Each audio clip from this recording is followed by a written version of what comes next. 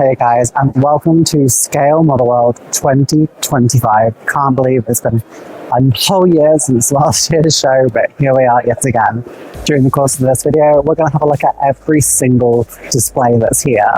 We're not going to go into all the traders and manufacturers because that will be in another video. In fact, there's already a video out with an interview with Dale from Airfix. So make sure you grab yourself a cup of tea, a biscuit, to be honest, maybe even just dinner, because this video will probably be quite long. But let's get into looking at every single stand at Scale Model World 2025. Enjoy. We begin Scale Model World 2025 with the international displays.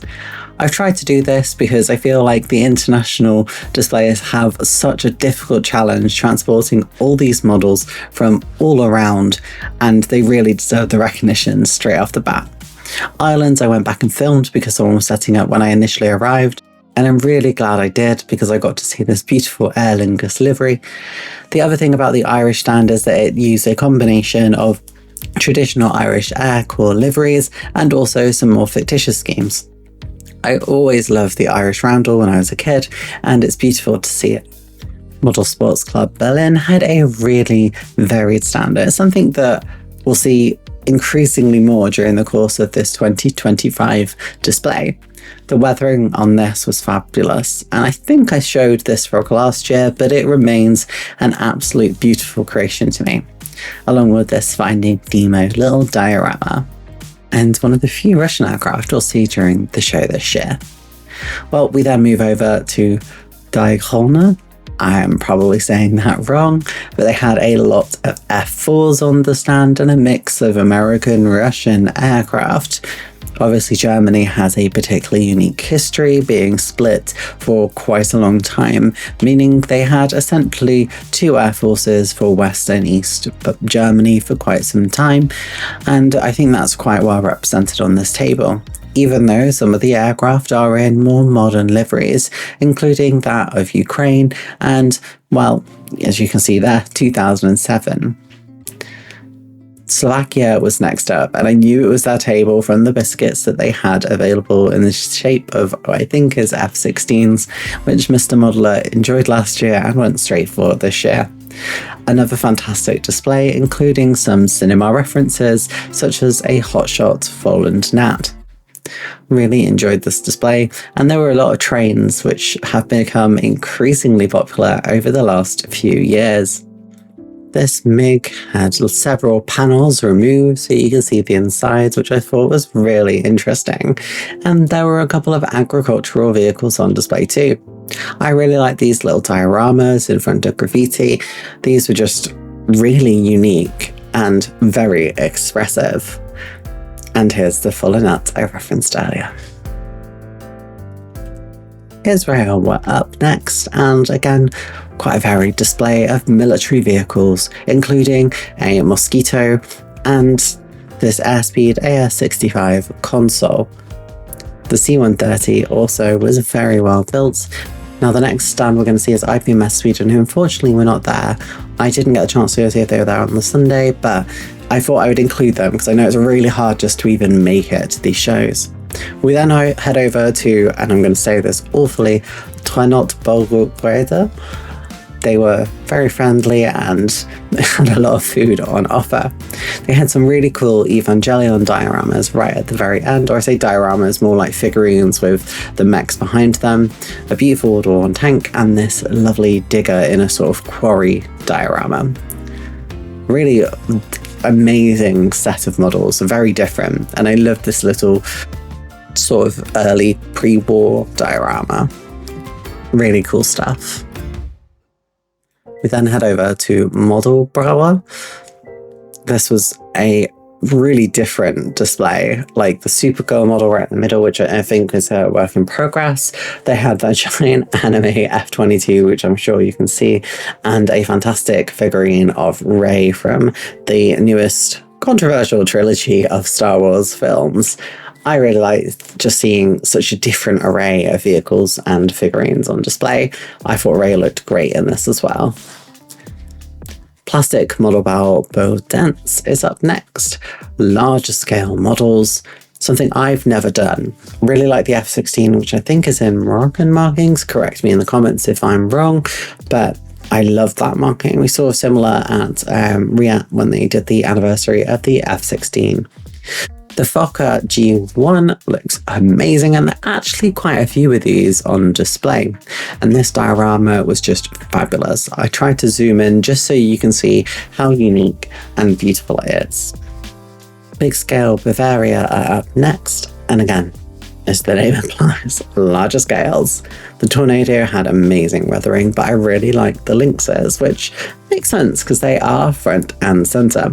There's also one of my favourite ever aircraft, the Fiat G91 there as well, so you can bet that we got a close-up of that too.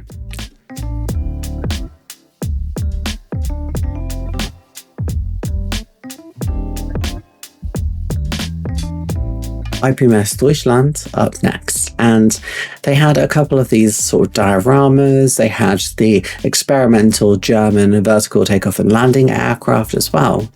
I also had all these Pokemon models, which are sort of Bandai-esque models. In fact, you can see them working on one in the background. I built some of these, and Raikou is one of my favourite Pokemon, so of course I had to get a picture of it. I also made sure to get a close-up of the VW101. This is an experimental vertical takeoff and landing jet from Germany. Plastic Modelbau Kurzfalls. Hopefully I said that correctly. They explained that on a couple of the trains they had scratch built a lot of the components, which is always impressive.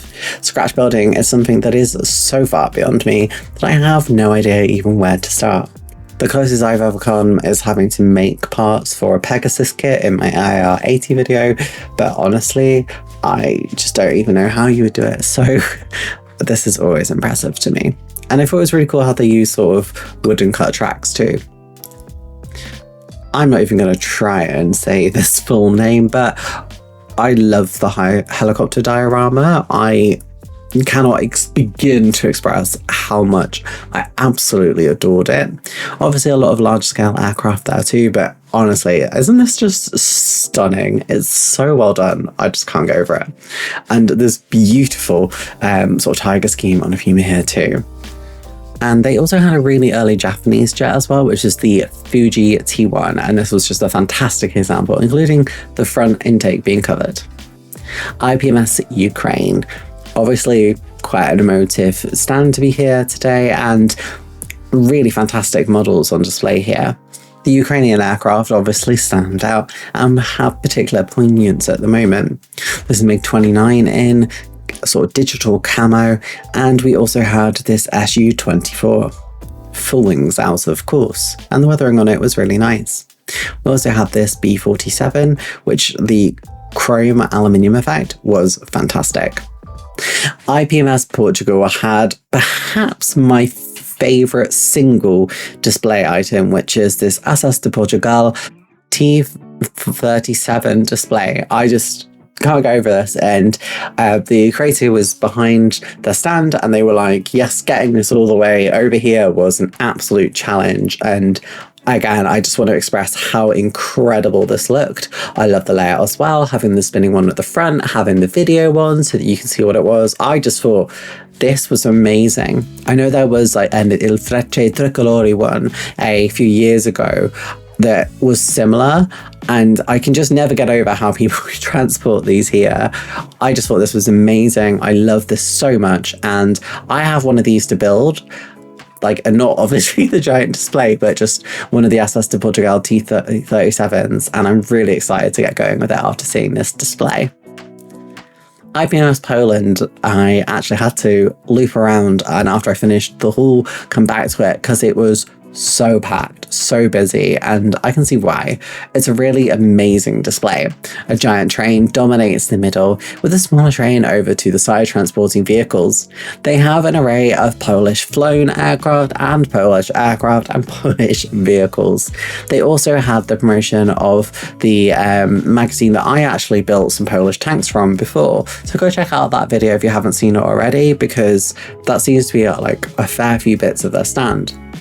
I really enjoyed theirs. I always really love the 3-color Polish paint scheme as well. I think it's really just unique and stands out and is really of its era.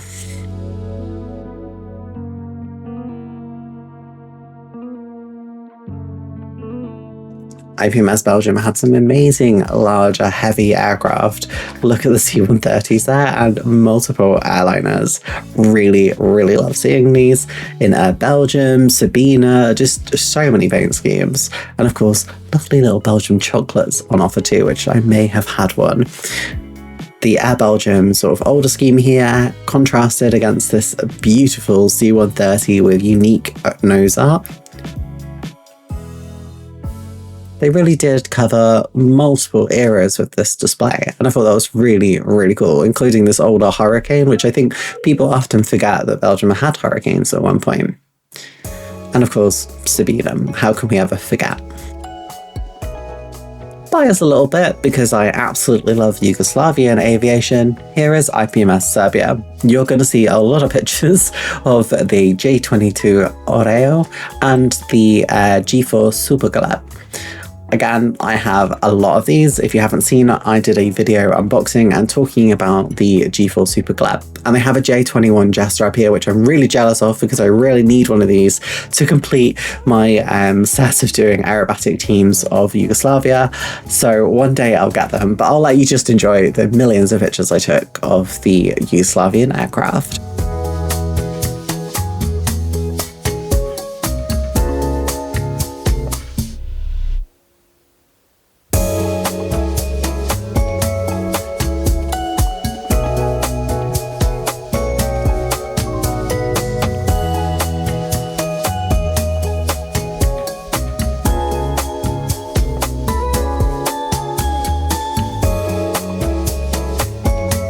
Club de Gay Laurent is up next. I have no idea if I've said that right, but I've tried. And this was again a lovely stand, and I recognised the CL42 in Republic of China markings that I had taken pictures of last year, I believed. So I tried to get something different. These Beechcraft aircraft at the front and the Otter here as well. Not a stand I think you would know where they're from just from looking at it, but they focus on the B-24. Thought that was really interesting, and this is IPMS Milan. Did a lot of schemes and also had t-shirts on offer. Oh my god, I love that. I kind of regret that I didn't buy one, but I'll let you enjoy the B-24s.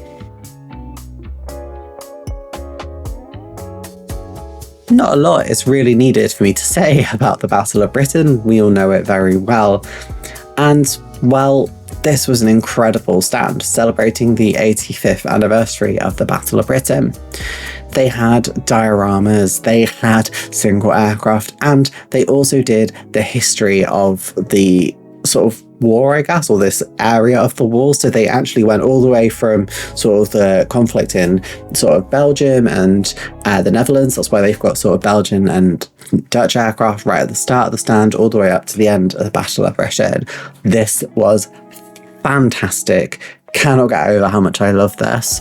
And I definitely went and watched the Battle of Britain film after this because, oh my god, why wouldn't you?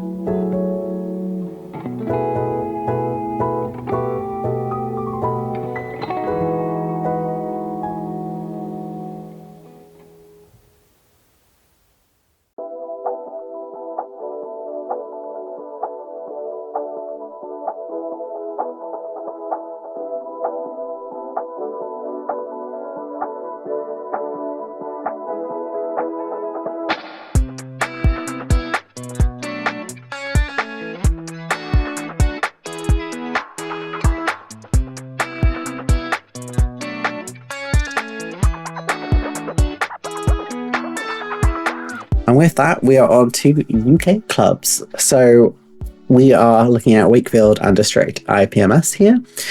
Now, a lot of these stands you will have seen a lot of before in previous videos, or some of them you might have seen in the more recent videos, which was Stoke-on-Trent Model Show.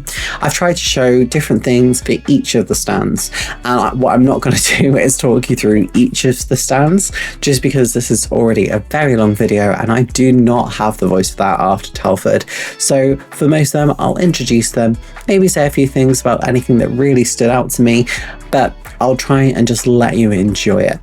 So this next one is Four Corners Modelling Club. They had a real focus on dioramas, and there were some really unique ones here, including the Polish resistance one there that you can see.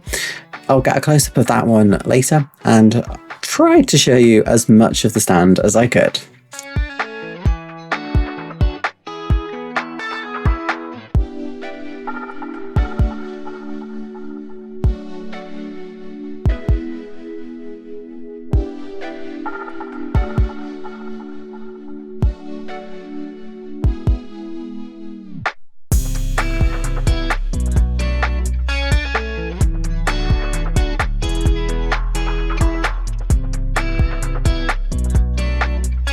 We then head over to Peterborough, and you can see a lovely giant Whitley at the back, and that was one of the things that really stood out on the table for me, along with the Wessex that's constructed on sort of one of the corner pieces. Of course, they had one of my favourite aircraft, the CR-42, but I tried to take pictures of things that were a little bit different.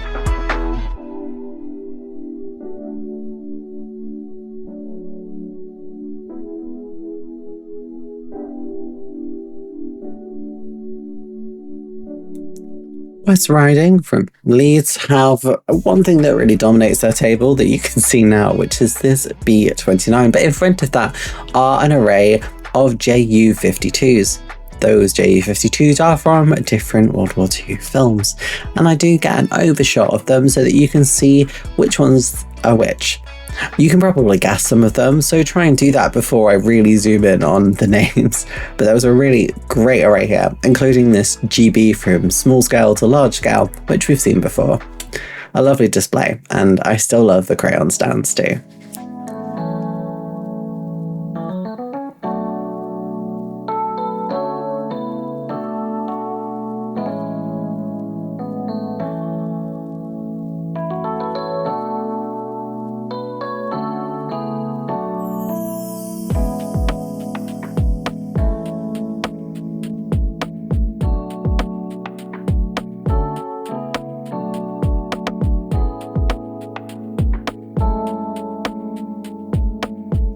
Bomber Command SIG up next, and an array of beautiful V-bombers here.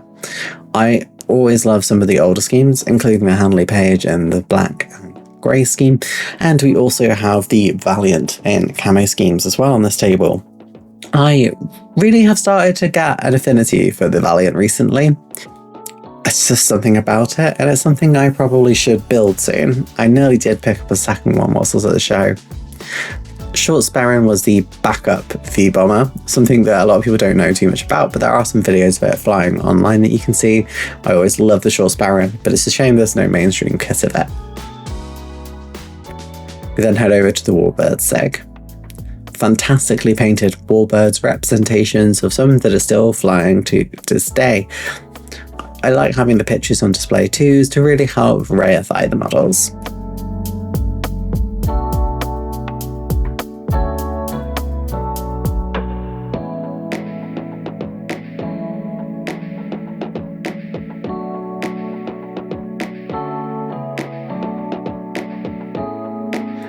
(92nd Bomb Group Historical Society). It's not something I know too much the history about, but how can you not be impressed by the giant B-24 in the middle and the B-17s with various war wounds, including this famous story of when a Bf-109 assisted a B-117 home, going to show that at the end of the day in war, we're all human. One of my favourite stands is the aerobatic display team SIG, and that's just because everything is so bright and colourful, and I sometimes learn about display teams that I did not know exist, which I did yet again this year, so respect on that. They said that they struggled to find a theme for every year, and this year they went for twin-engined aerobatic display teams, waiting for the year that they do just helicopters, Or have they done that already? I'm not sure. I know they've done so many schemes over the years and have had incredible displays. And despite the fact they said they struggled for a theme, I still think this looked absolutely amazing. They stand out so well in a sea of sometimes camo and grey, and they had the SS Debauchical Alpha Jet, one that I built many, many moons ago, and I love this, well, actually animated C-47 in Mating Dance. I also didn't even realise the Black Eagles had F5s before, and the scheme is really out there. There are some other unusual display teams here too, so I'll let you enjoy.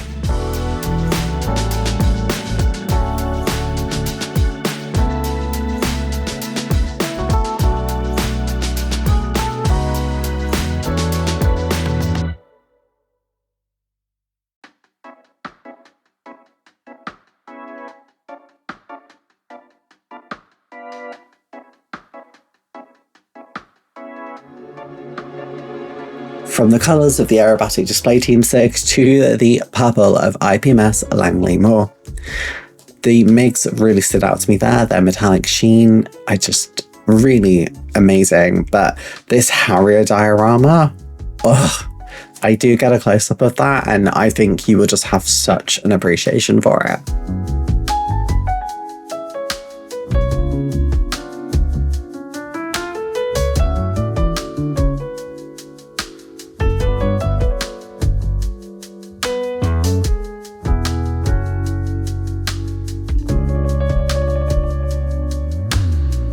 The electronic warfare SIG with the SR-71 right at the back. I've taken pictures of that before and I wasn't sure what I'd taken pictures of in previous years, so I hopefully got something different.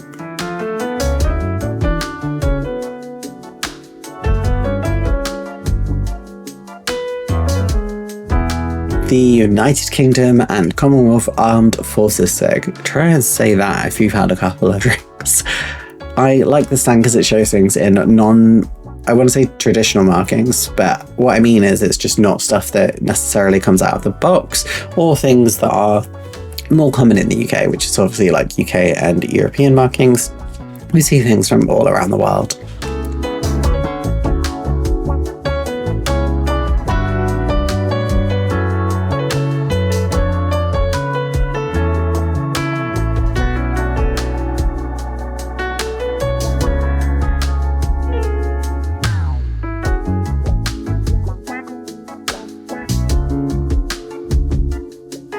The Leopard main battle tank SIG. I again have no idea what I've taken pictures of before, but I kind of just went for the things that don't look like just the traditional tanks. Some of these I think I have taken pictures of before, but considering I'm not into tanks at all, I do really enjoy this stand.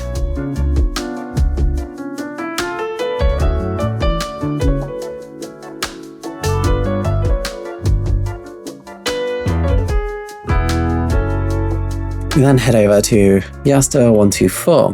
This is obviously World War I aircraft in a much larger scale.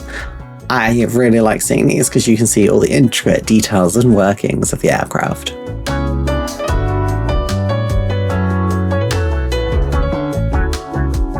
The Luftwaffe SIG had a good variety of aircraft from all throughout the Luftwaffe's history. Some giant tornadoes really dominate the stand, and the flying wing as well. I really liked the Dornier seaplane though because it had so much movement to it. We then head over to Spruce RS, another really diverse stand. Some new models on here as well, including that Stern Tiger, and quite a few different Indian marked aircraft, including an Uragan and a MiG-21. There are some staples on the stand as well, which I'm sure you've seen if you've watched previous editions of my Scale Model World Ultimate Guide. I really like this stand, it's just so many different things, and again, you can always sway me over with unusual markings. They also had a wide variety of Star Wars aircraft, or I guess spaceships here as well.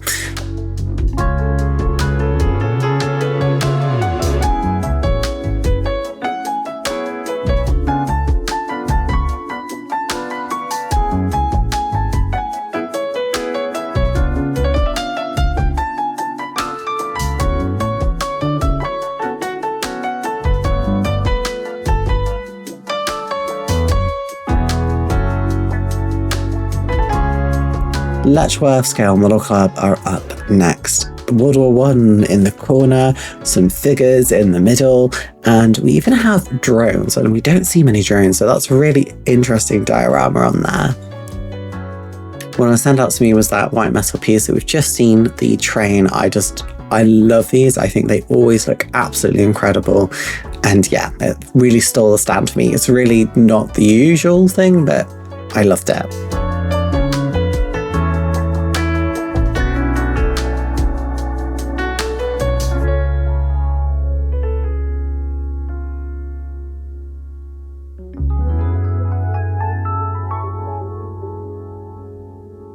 The Tornado SIG are up next, and I've actually just built a Tornado, so if you haven't seen that video, go check out my Revell Light and Sound Tornado video that came out recently.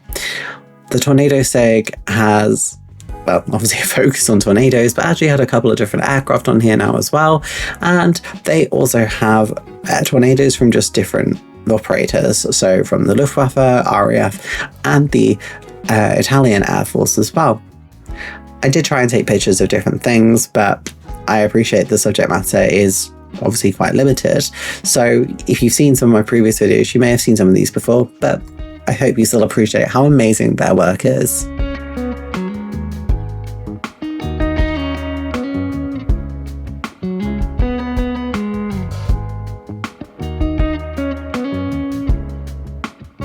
The F-16 SIG was up next, and obviously I got drawn to all the colour on the stand, which is sort of the display team aircraft. They've got a number of aircraft from Belgium and Turkey on display here. They have obviously got the Thunderbirds display team here as well, but the Dutch, I guess, have my nostalgia and heart because, well, I grew up watching them.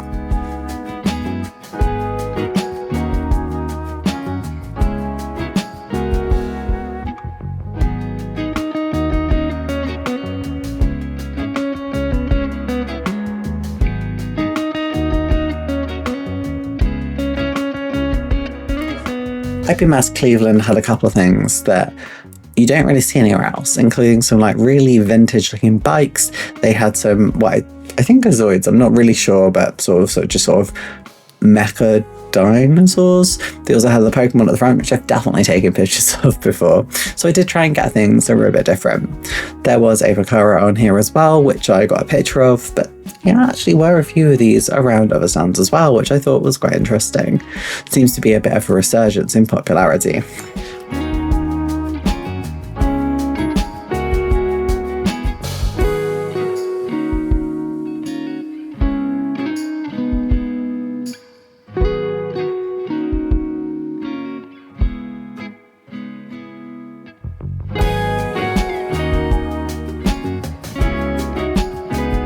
I won't be able to tell you really about any of these. The Tank Transporter SIG looks amazing, however. I can never get over the absolute detail that's on display here and just the insane quality and attention to detail. It's really cool when you see people who have their own unique niche and that they just go all out exploring it.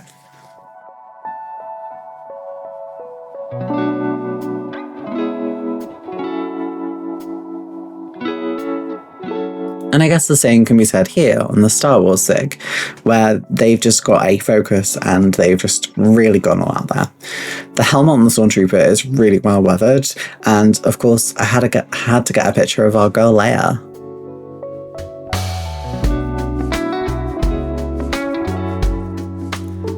The Mirage SIG and the French Air Force's SIGs are up next. Of course, they share a lot of aircraft between the two because the French Air Force is one of the primary operators of Dassault's aircraft. There are a lot of really unique schemes on here, including sort of display aircraft and anniversary aircraft. A few years ago, you may remember that they had a larger tribute to Dassault's aviation and the sort of Mirage series. So during the course of this display, I tried to get things that I haven't necessarily got before, including a couple of Rafales and Mirage F1s in anniversary schemes. The French Air Force's stand is somewhat similar, but obviously has a longer history and diverse array of models. Again, I tried to get things I've not taken before, but I know some years I just take pictures of everything on these stands, so apologies for any repeats.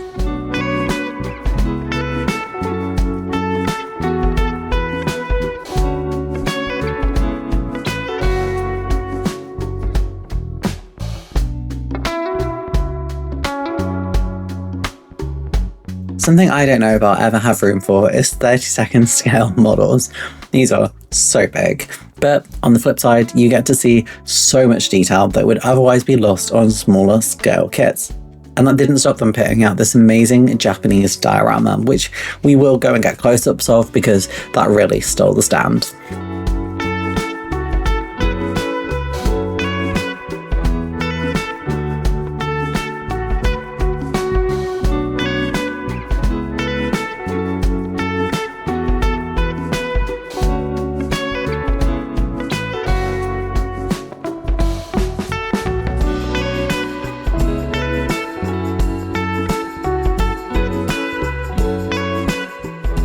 Another SIG, which is a special interest group, Mosquito SIG. Well, I mean, it's mosquitoes, so I don't know what you were expecting me to say there. I did try and take some pictures of things that I haven't seen before and actually asked Mr. Modeler to pick out a couple of his favourites. Again, it's hard to know what I have taken pictures of and haven't before. Either way, despite the fact it is the same subject, all of them are absolutely amazing. The weathering and painting just looks so realistic on these mosquitoes. IPMS Harrow have one of the first signs of space. And if you haven't seen the interview I did with Dale from Airfix, go and check that out because I do talk about Airfix's re-entry into orbit with the space range. So go and check that out. Do love the I-16 in Republican colours, and well, they had a couple of sci-fi dioramas here too, including from June, which I'm sure we're all excited for the next film to come out, which I cannot wait for. I really like the weathering on this actually, it looked a bit more unusual, and this Stuka crash in the desert just was really stunning. Oh, and yeah, Space Marines, there's a lot more Warhammer this year.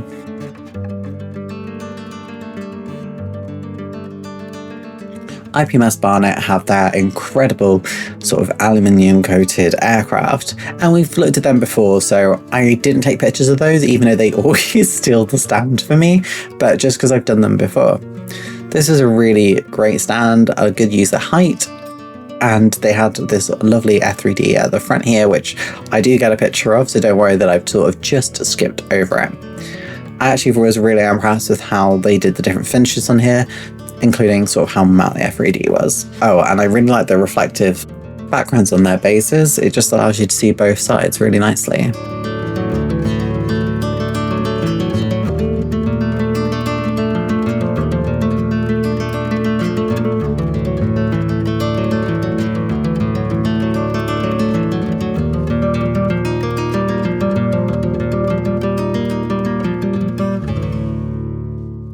You have no idea how hard I, for some reason, find saying mid-Sussex, and I've had to record this a few times. Clearly the tiredness setting in. All these moving mechanical bugs monstrosities are one of the sons of the club owner, if I've remembered that correctly. They said it's their focus and they just really love building it, and I love seeing these. I think these are absolutely fantastic, and that's why these kind of stole the stand for me. Sorry for everything else on there, but how can you not just be fascinated by those moving mechanical miniatures?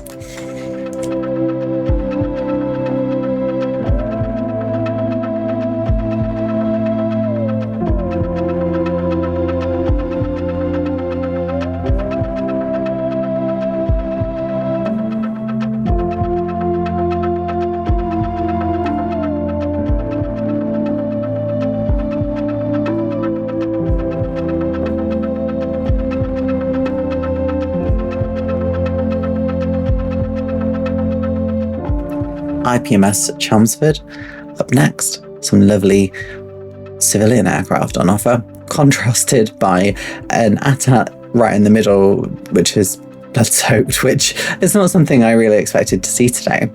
Also a ferry in US scheme, something you don't see too often, including this also captured Sterling, which just looks super impressive.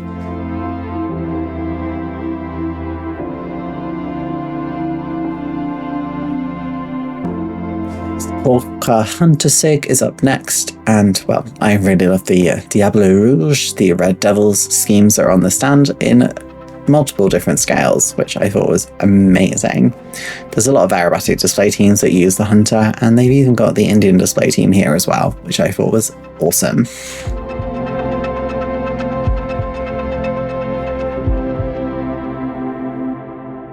And next door to the Hunter SIG was the Hawker Typhoon Tempest and Sea Fury SIG.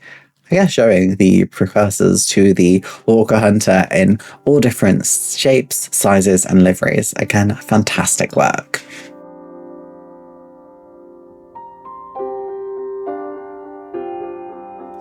IPMS Birmingham were up next, and they were celebrating their 60th anniversary.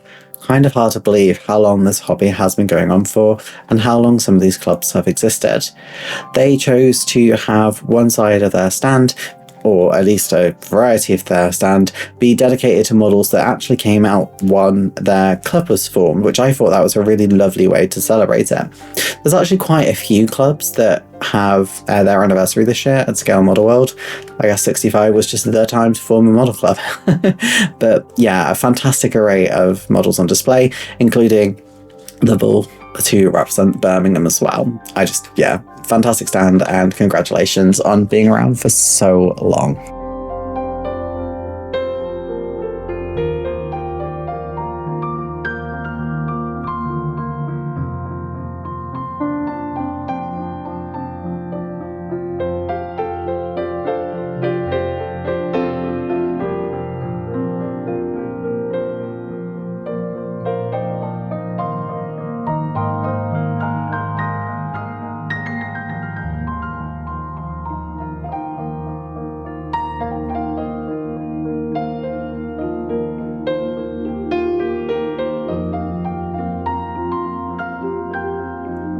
Now, I'm going to say this now, the Really Wild SIG is, for me, it wins my award for the best stand at Telford this year. This stand that I've seen grow from strength to strength every single year, and this petting zoo, fabulous idea. It basically explained its models that are quite hardy, or ones that are, easily replaceable, so if they get broken, it's not a big deal. I picked up the spider. I found that really weird to pick up a spider because it looked so realistic, but this is hands down my winner for best display. And it's not just because of the subject matter, it's because they had sound there. It's not in the video because I couldn't quite pick it up over the noise of the hall, but they had sort of just ambient birds and wildlife sounds. They had so many different subjects, from like these robins you can see here. You saw the balrog earlier. They had a beautiful kingfisher. There's just so much here, and it's just sort of so well decorated. Everything was brought together really well. So Really Wild SIG, I know it's really early in the video for me to say this, but you got my winner of best stand at Scale Model World 2025. I adored your stand, and yeah, it's going to stick with me how great this was.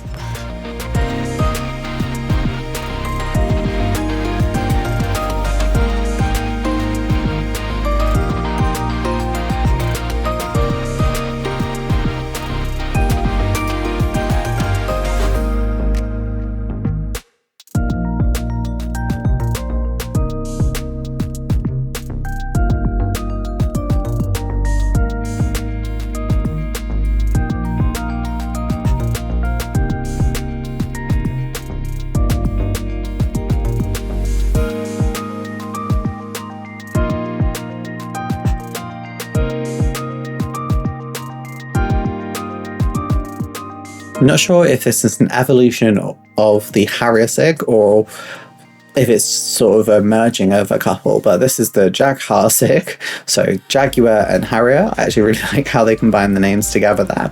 Obviously, we've seen the Harrier SIG at so many shows, and that's not a bad thing. It's a fantastic SIG. But now we get the addition of Jaguars. There's some really interesting markings here, including an Ecuadorian Jaguar right at the back, as you can see.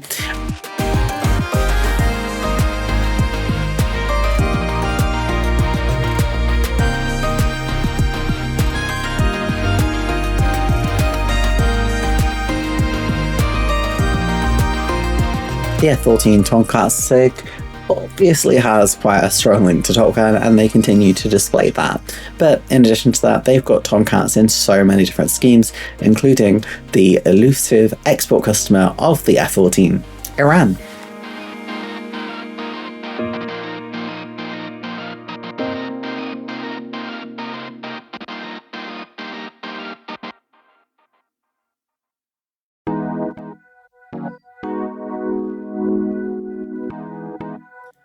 film fangs are up next, and again, that's what it says on the tin.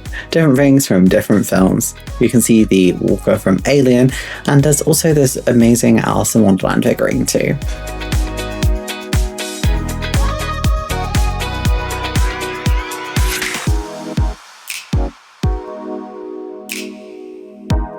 IPMS Farnborough up next. You can see Daleks and a TARDIS sneaking under the stand there. But the thing that really caught my eye on this stand is again agricultural. I think it's a combine harvester. It just looks amazing. There's also some Polish F-16s in the front, which I also really liked. But yeah, combine harvester just looked amazing. So much movement in it, and it just looks so textural as well.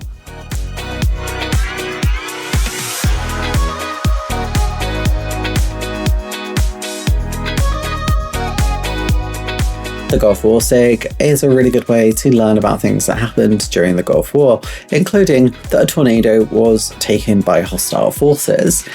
It's something that actually me and Model Minutes were talking about the other day when we were both building tornadoes. So yeah, really interesting.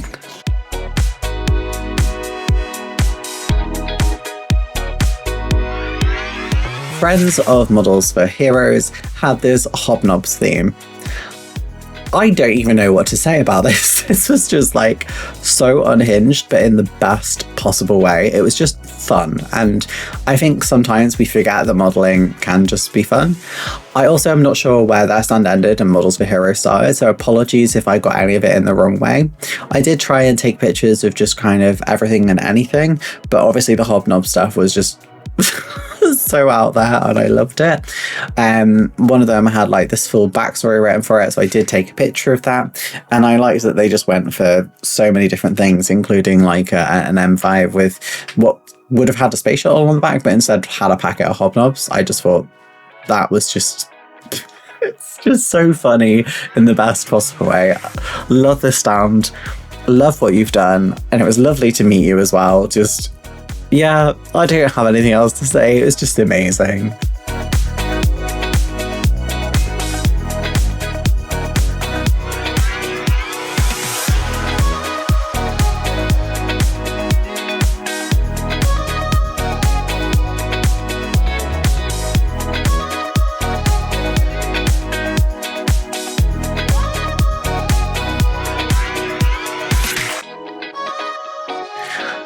Models for Heroes up next. Obviously go and check out their website, guys, if you want to support Models for Heroes. They do amazing work supporting veterans and giving the ability to process everything through model making. I really love this Christmas diorama. I really want this at my house right now. It's so cute. But they also had this really cool setup as well, which was they had a load of just models painted full black. So it was like aircraft recognition, and you just had to try and see how many of them you could work out. I'm going to be honest, I didn't do it. I did not have time to do it. Filming on a Saturday for me is an absolutely insane and mammoth task. But please tell me how many of these you can work out. Hopefully I've got just about all of them in. How many of these can you work out, guys? Let me know in the comments down below. We then headed over to IPMS Gloucester. I really like they had like a Blood Bowl team, which is like Warhammer Fantasy Football, and they did it as the Gloucester Rugby team. I thought that was really creative and really cool. They had a really varied display as well. Couldn't quite get around the corner because again, I always try and work around the guests of the show. I think this is Beacon Model set. Really beautifully created, by the way. And here's the aforementioned Gloucester Rugby team.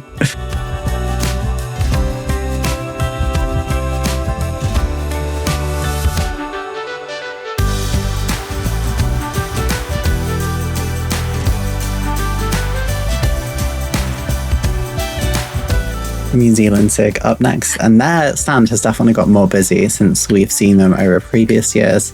More and more aircraft on display every time, but still waiting for LCT4 to come, you know, spice up the stand.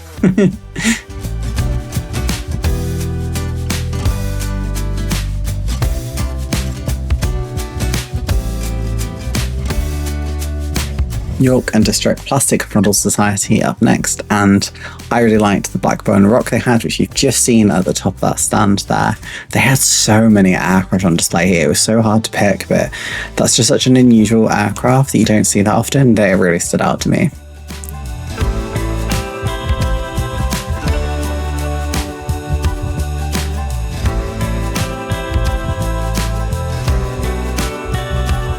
Keithley has really done so well on dioramas this year, and I just love the stand and the variety on offer.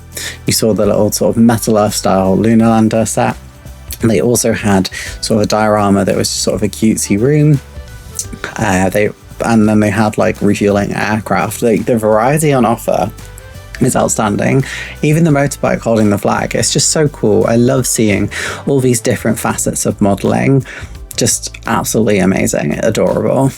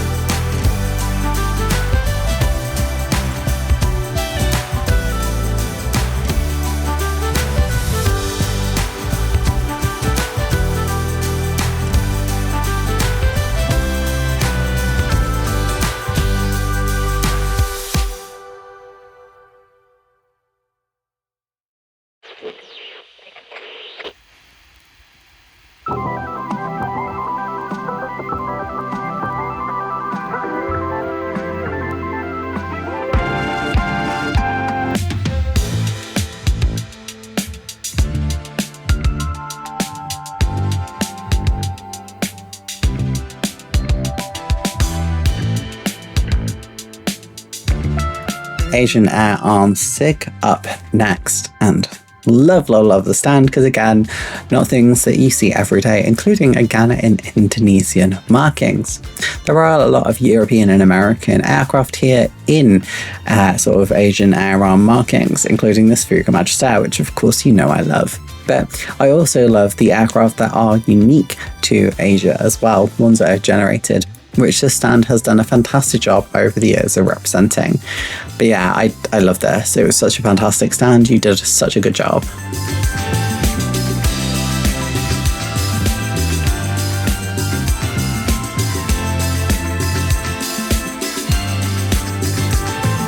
Rotherham and Sheffield IPMS up next. What stood out for me on the stand was the B29 and RAF marking, something you don't often see, and the P59 there, right, that you can see right at the front.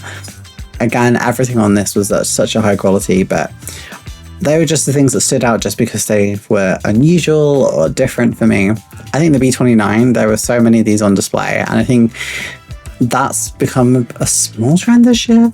I will say I'm a bit disappointed that the trend I thought that was going to happen, I saw at Bolton, which was everyone using box art behind their models, didn't actually happen this year, so I was wrong about that. But yeah, honestly, this is another fantastic stand, really hard to choose the standouts from.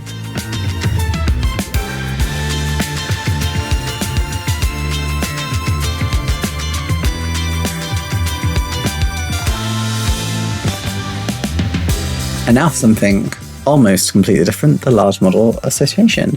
They actually had a hawk right at the entrance, because I went in the back entrance this year, I didn't actually see that until I left. So that's actually going to be at the end of this video. But yeah, it's so cool that you can see sort of the insides of the models as well. You can see how they're being constructed. Now we're actually into Hall 2 now.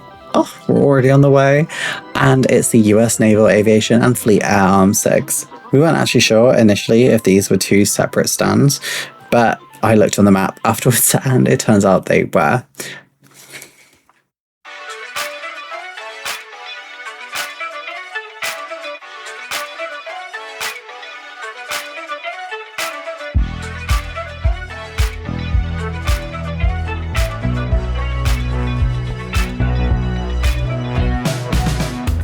The next few stands are primarily going to be focused on ships, so I'm just going to let you enjoy them. There's not really too much commentary that I'm going to be able to add because it's not something I know a lot about. I do really enjoy seeing them though, and Mr. Modeler does love ships, but it's just not something I've ever got into. Of course, I love seeing all the aircraft carriers and anything with aircraft on it, but I just can't add a lot to it. Needless to say, however, though, the level of detail and the quality on offer on all of these models and stands is absolutely incredible. But yeah, for the next few minutes, I guess, just enjoy.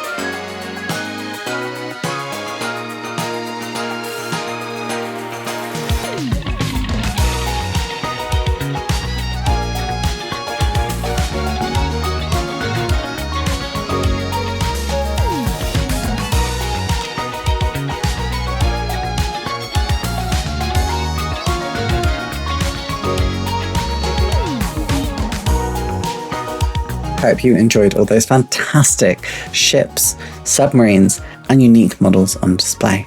But we're now over to IPMS Chiltern. That B-70 diorama right at the front and the Arachno plane, the ground effect vehicle at the back. There's also that Jaguar that's had its chute come out and the landing gear has collapsed. I thought that was really unique as well. The space shuttle though is incredible. The absolute reflectiveness of that top surface, reflecting the look of the heat back, it just looks so good. And also this hovercraft, again the wave's done with what it looks like sort of cotton wool, but this diorama from the Jaguar I thought that was so special, so cool.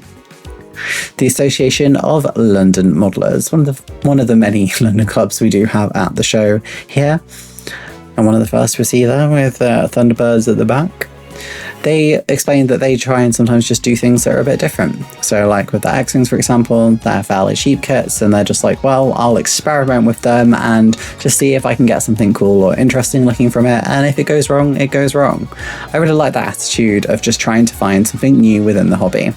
But I will say the motion on this ship that's being sung is just amazing. This was incredible.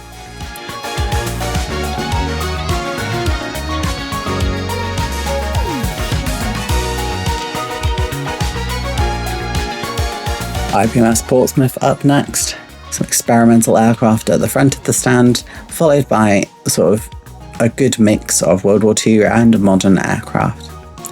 Some really different RAF markings on there as well, and this Bristol M1C really just stood out for me. Oh yeah, and this Saab 105 in Austrian solo display markings. And yeah, the weathering on this Stuka, insane.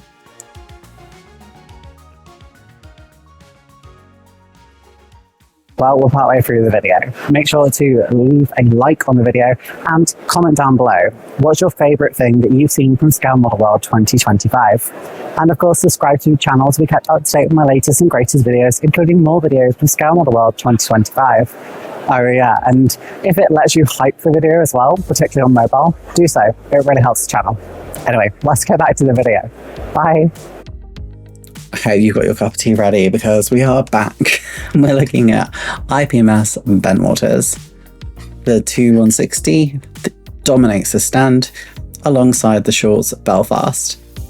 The Shorts Belfast is such a fascinating aircraft in British history, and there's a Hastings next to it, which is probably my favourite RAF transport aircraft of all time, and I have a vacuum form kit to make at some point when I feel a bit more confident. Honestly, the variety here of unusual subjects is not to be snuffed at. It's an amazing set of work. And a B-36, which, yes, I will do mine at some point, I promise.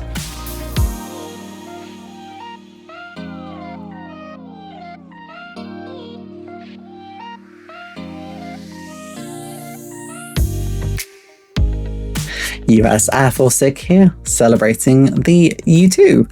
Actually saw U2 fly this year at the Royal International Air Tattoo, which was really cool. They did a full takeoff and landing, which I don't know if I have actually seen before. I've seen one fly, but I don't think I've seen it take off and land. But this was a really cool stand. And of course, I had a variety of other aircraft at the back, but did just try and snap some pics of U2s.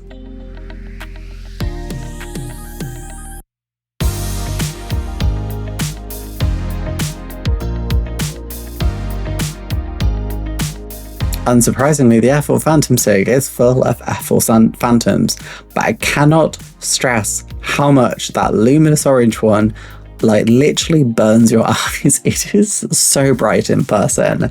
And I'm not saying that as a bad thing, it's just incredible how bright it is. Some more warships up next. Again, I don't know too much about these, but I just try to take the pictures of the ones I thought looked the coolest. IPMS Swindon up next, and their stand is looking real full, like the mirrored sign for them as well. That's really nice.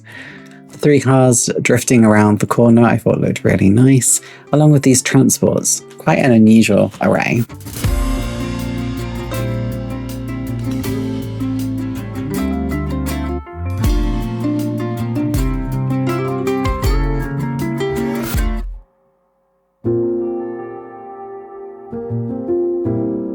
IPMS Avon up next, Davros and the Daleks standing guard at the side of their stand, featuring so many things from movies and TV shows. A really fantastic set, and the Allo Allo diorama, or I guess set piece. I think that probably is the standout for the stand.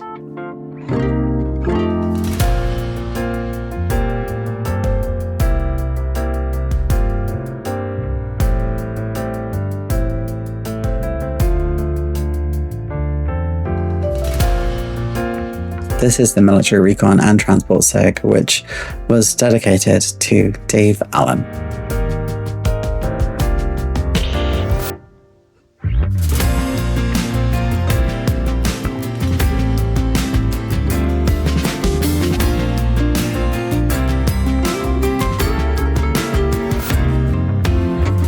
Tangmere scale modelers are up next.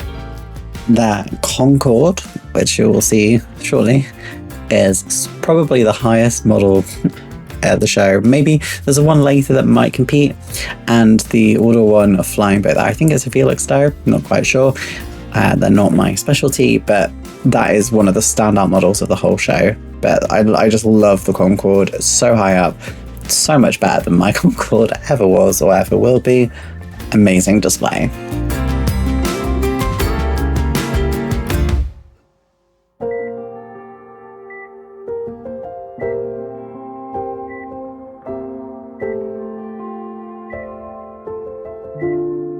Scottish Aviation SIG, featuring, you guessed it, aircraft that have some sort of correspondence with Scotland, and I really love that Typhoon set of 4 Typhoons all doing a break.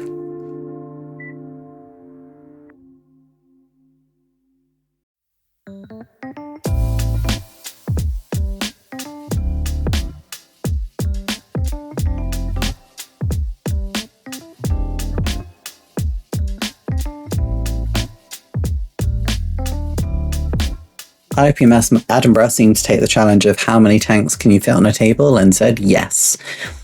Really packed display there. This T2 Buckeye looked amazing though. I don't think I've seen one at that scale before.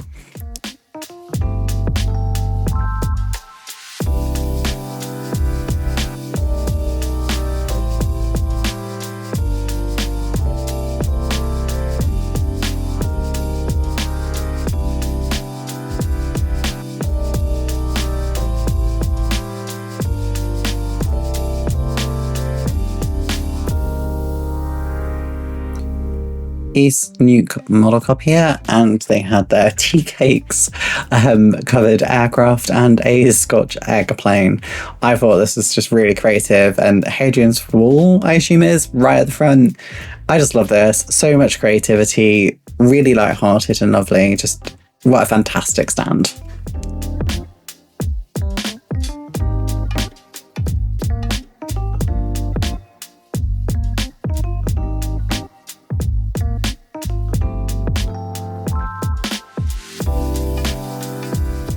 IPMS Dundee are trying to dazzle us with a spotted B-17, then a larger B-24 in the middle, and an Apache with folded wings.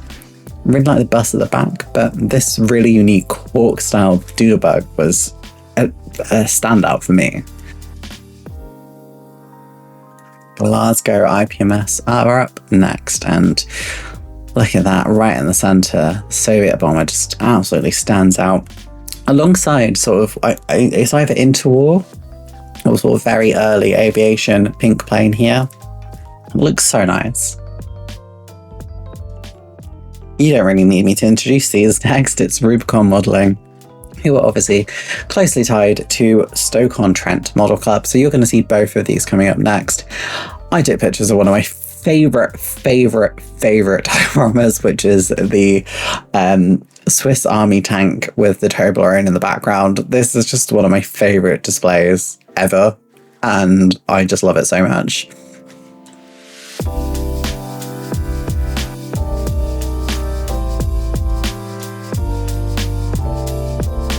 As for Stoke-on-Trent, they continue to be one of the most diverse clubs out there, and they have so many cool dioramas on display here. The Coastal Defence Fort from Airfix, I think, is done really nicely, and it basically does look like the box art. They also just have a lot of dioramas that you wouldn't normally see, and I will say the Poppy tribute is really nicely done, even though I didn't quite capture it within the footage. The Qatar C-17 that I think anyone who's been to sort of Riyadh before will recognise looks really nice, and they just had a lot of aircraft that were in unusual schemes too. As usual, Stoke-on-Trent had a fantastic stand, and they're really lovely people. I do know them. I have a bit of bias there, I guess, but yeah, really fantastic stand. Well done, guys.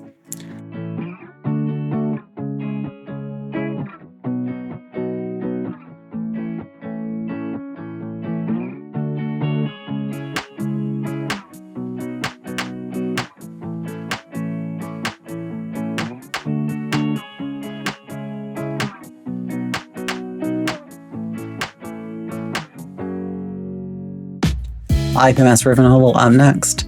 That space shuttle is just fantastic, but that's not the only thing that's fantastic on this stand. You can see the fat model right at the front, and this army of Tyranids as well, and the Gretchens, is it, at the front? So try to get all of them so you can see how fantastic they are. Warhammer has become more prevalent at Scale Model World over the years, but it's not quite at the point where it's dominating. But I'm sure that's going to change over time. It's just getting increasingly more popular, especially when things like Dawn of War 4 are about to come out.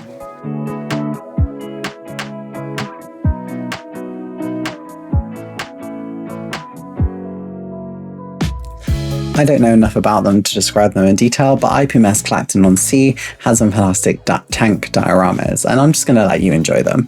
I don't know enough to describe them, but I thought they looked amazing.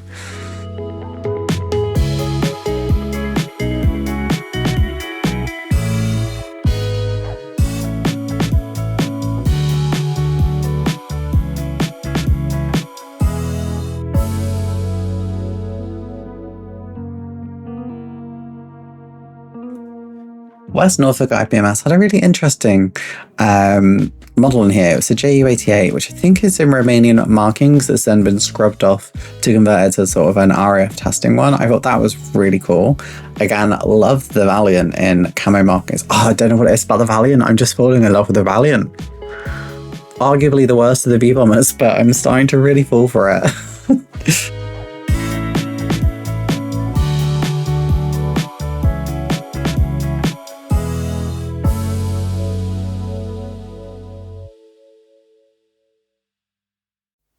IPMS Sheffield up next, and for me, the elephant stole the show. That sounds really odd without you seeing it, but now you can see it there. They obviously had a focus on Vietnam, and well, they have reference to Platoon on there as well. Vietnam's not really a conflict I know in detail, so it's always something I like learning about.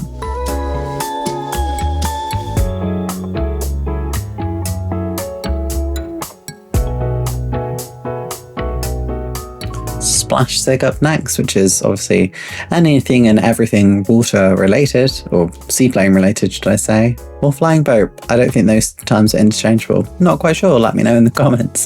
But yeah, I really like this stand because it's just a lot of aircraft you don't normally see. I've learned a lot from this stand over the years, and how can you not love that Japanese flying boat there? The water effective, again, I think it's cotton wool, just looks absolutely stunning.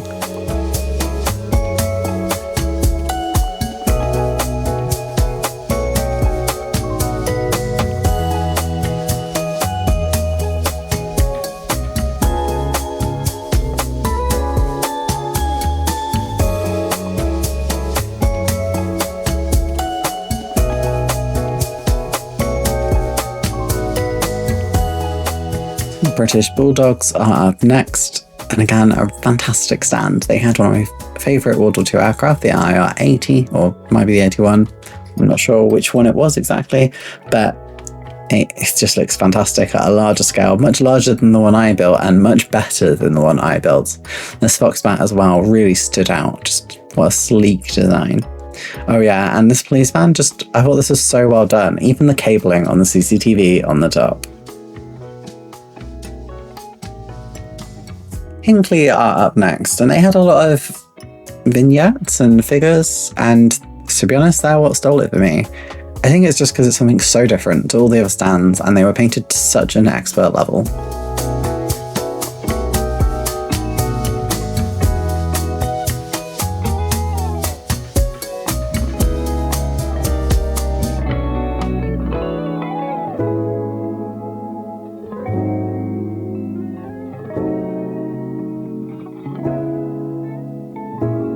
Staffordshire Moorlands up next, and they've got a diorama showing the takeoff from Barra. For those who don't know, that is a beach in Scotland that acts as an airport, and it's, I think, viewed as like the only tidal airport in the world. So at some points you can't actually land there because the runway is not there, and the runway is just a beach. I recommend you go check it out on Flight Simulator if you have access to it, because it's such a fun, challenging place to fly from.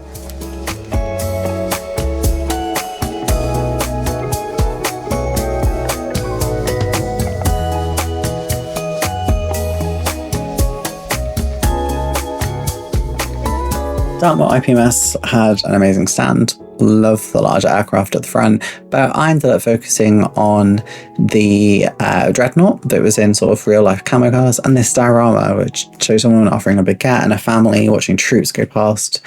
Again, it just brings the humanity back to war, doesn't it?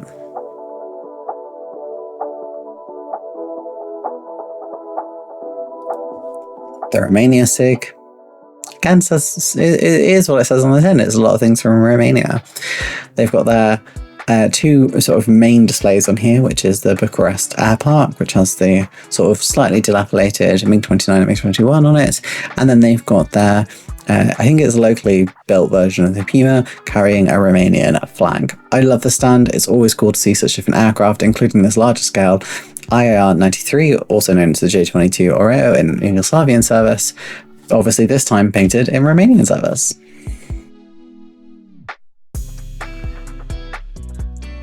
West Model 6 Scale Model Club had a focus on Wallace and Gromit in the middle of the stand, and some bits I didn't even realise were Wallace and Gromit at first.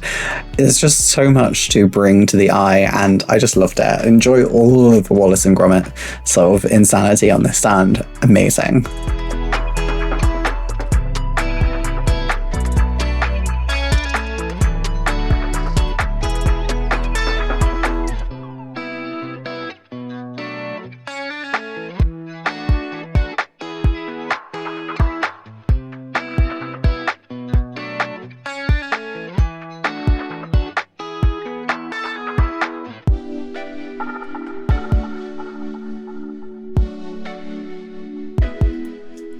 Scale Hanger 182 up next, and the hawk on this I just think looks so good. It just looks literally like you shrunk down a real life hawk, so absolutely love that. And being able to see the interior of the ship as well, yeah, this is like the level of modelling one day I hope I get to, but I probably never will because I am so incompetent as a modeller, but love seeing it all.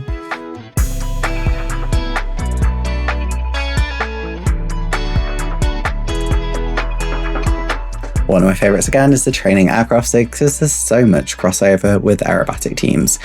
They said that they tried to tone it down a bit this year after their focuses on the BAE Hawks, so did anything but Hawks, and well, they still delivered an absolutely outstanding display.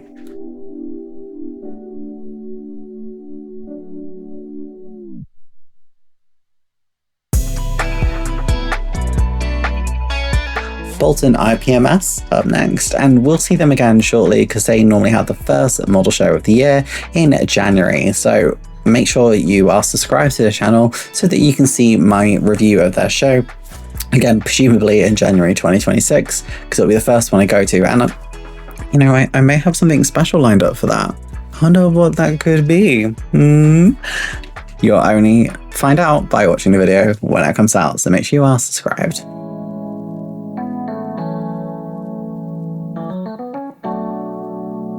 So they pointed out on both the ships, which again I think steal the stand because they're just so unusual. They have dolphins on this one, and on the other one they have whales. I love that detail. It's so cute and adorable, and also gives something to give reference to the scale of these ships. Really creative and well done.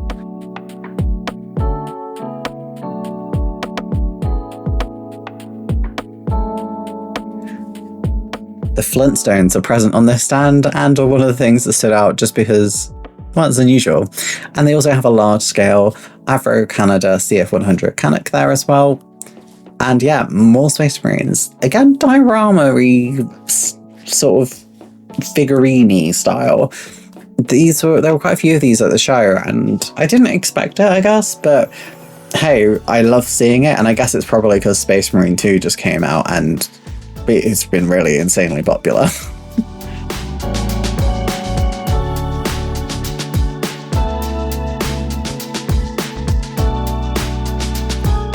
IPMS Lancashire are up next, and whilst they do have a varied selection of military aircraft and vehicles, they also have these exquisitely painted, brightly coloured Tyranids as well. So I did obviously get some pictures of them. You will also have seen them on the Really Wild SIG too.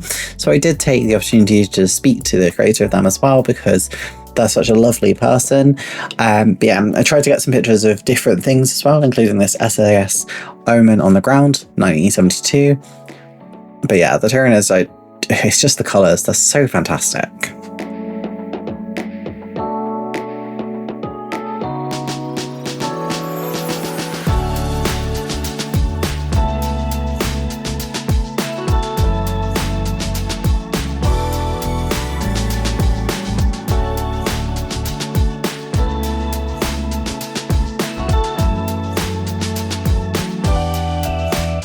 Mildenhall have that really unique RAF and Luftwaffe painted Star Trek ships flying over the ocean there, which I just think is so lovely. Again, anything that brings a smile to your face is perfect in modelling.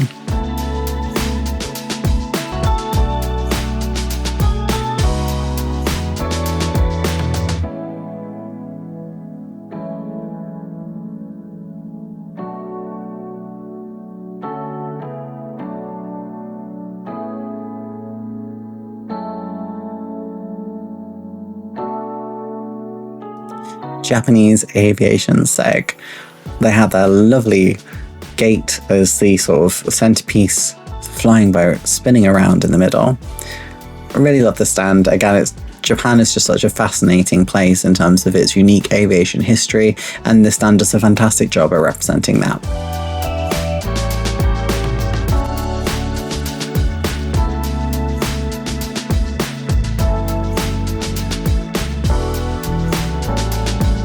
Manchester IPMS are up next, with some really cool World War I aircraft and some machinery gear.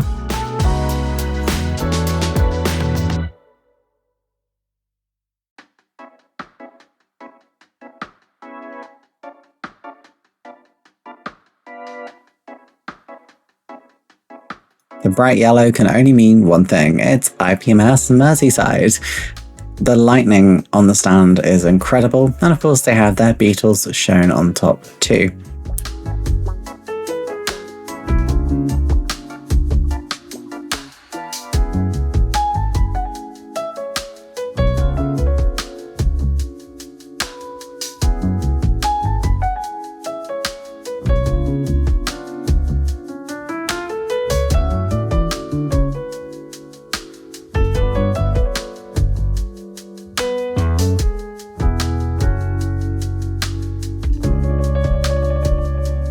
I've definitely taken pictures of the things I'm showing from IPMS Warrington before, but I'm not going to apologise because the Nimrod on display on this stand is something I absolutely love, because it's the airborne early warning version, which has the weird nub on the nose and on the tail. I really wish this thing had gone into production, because who wouldn't love to see that goofy thing fly?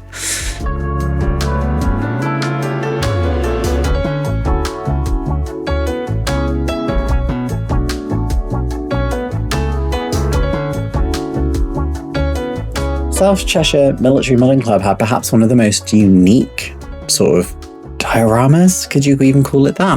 Where it's that gun sight with the MiG flying in front. I'd never really seen anything like that before. I did try and get a picture of it, and it's kind of hard to get the effect through a picture, but I tried. It's definitely something you want to see in person, so make sure you get out there and see those shows. Oh yeah, and there's B-52.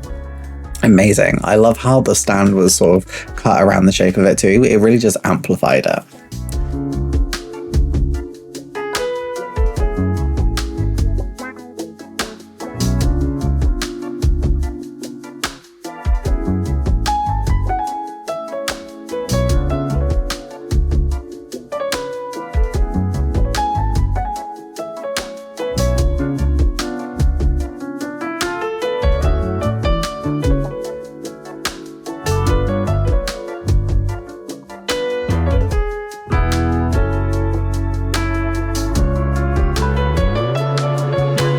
Malvern Hills modelling, and well, the FW190 in the middle of the stand spinning around really stole the show, just because it's got the teardown on the side of it, so you can see everything inside. It just looks so amazing.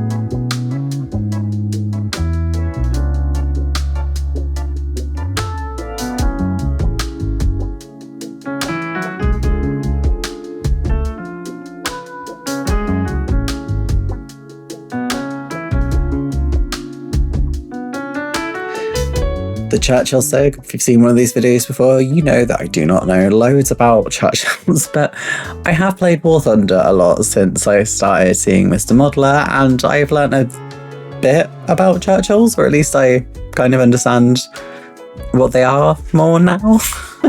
So I've got some appreciation of them. I'm not the expert though, so I just took pictures of things that I thought looked creative and asked Mr. Modeler for his input too. But yeah, everything on here was to an incredible standard. It's just I'm not very good on tanks.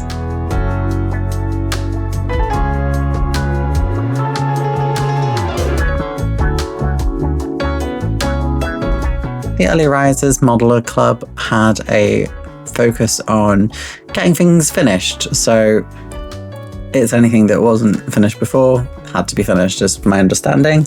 Really cool concept because I think everyone's got a shelf of doing somewhere. I'm actually quite good. I don't have anything that's unfinished. I think it's because I do content creation now and I don't have space to keep things. I need to just sort of focus on projects and getting videos done. But I really like the concept of it. Thames Valley Scale Model Club had a lovely stand. I do like their tablecloth on this as well. That sounds really dumb, but it just sort of blends in a sort of a nice natural concrete style background. Really love this quartet of CM maquettes for the Irish Aircorps there, and the Kawasaki P1, the aircraft that arguably we should have had instead of Poseidon.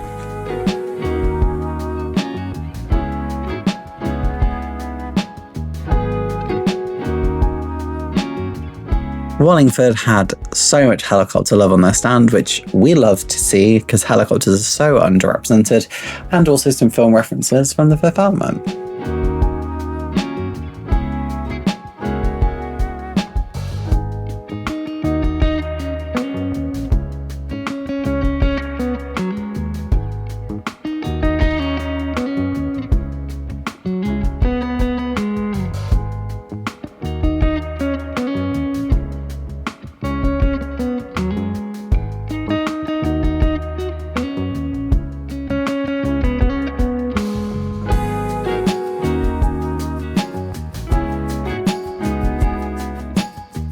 Boscombe Down Aviation Collection are up next, and I'll try and get to their show again next year. I did go a couple of years ago, but it's quite a trek for me to get to, and weekends are also quite rare.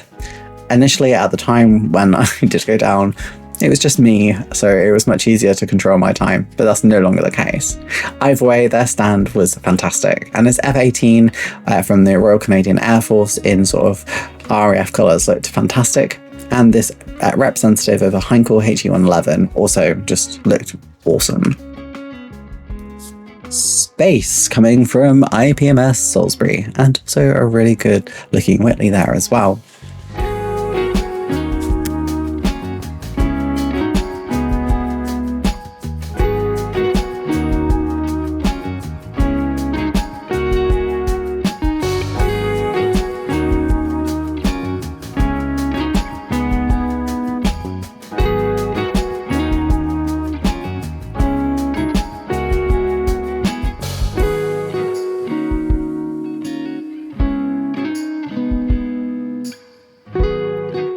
Cold War SIG, showing anything from aircraft to tanks to ships, and well, also rockets and missiles from the era too.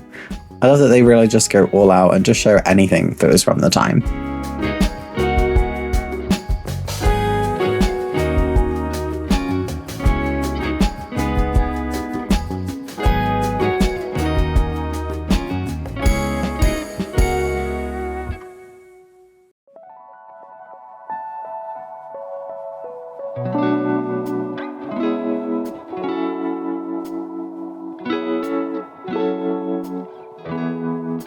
Classic British kits with my arch nemesis, the owl, on display. I built one of them a while ago. Mine does not look as good as theirs, but I was still proud with the end result. It's always nice just seeing the kits that came out in the past, and some of these you probably recognise from your own childhoods.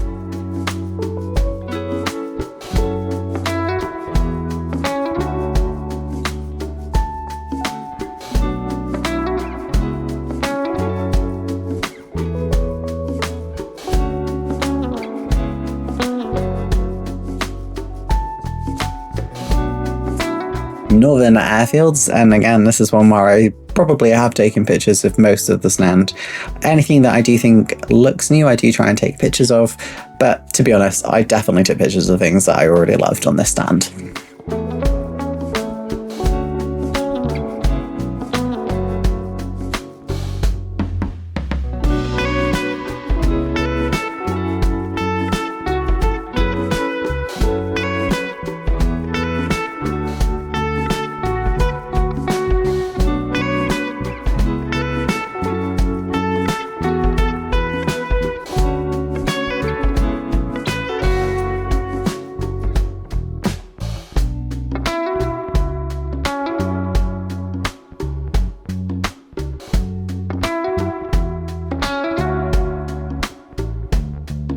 North Riding. So many helicopters. Again, so much helicopter love. Cannot wait to see more helicopters just coming into the modelling scene.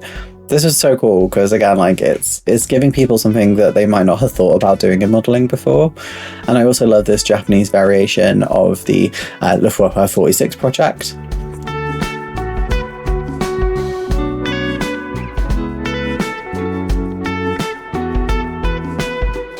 And now we see a Nimrod that is more normal without the really sort of silly AEW attachments on it. But this is the British Commonwealth Maritime Air Forces SIG.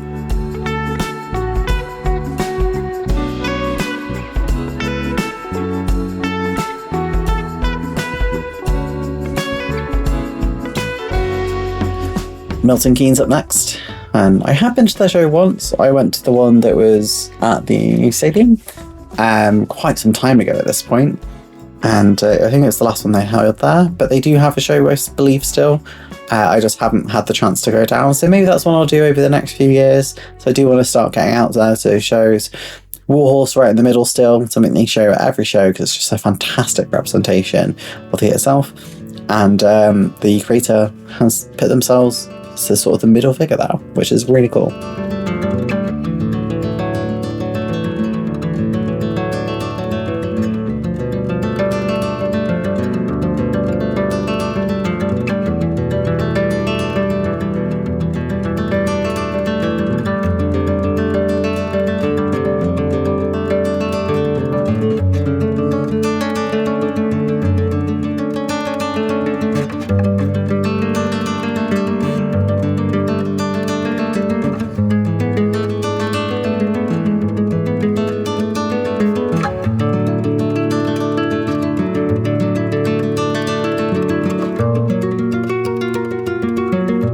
Hunter up next. They have a really cool sort of split view of the Wellington sort of full frame showing the different markings of it. I think it looks just stunning.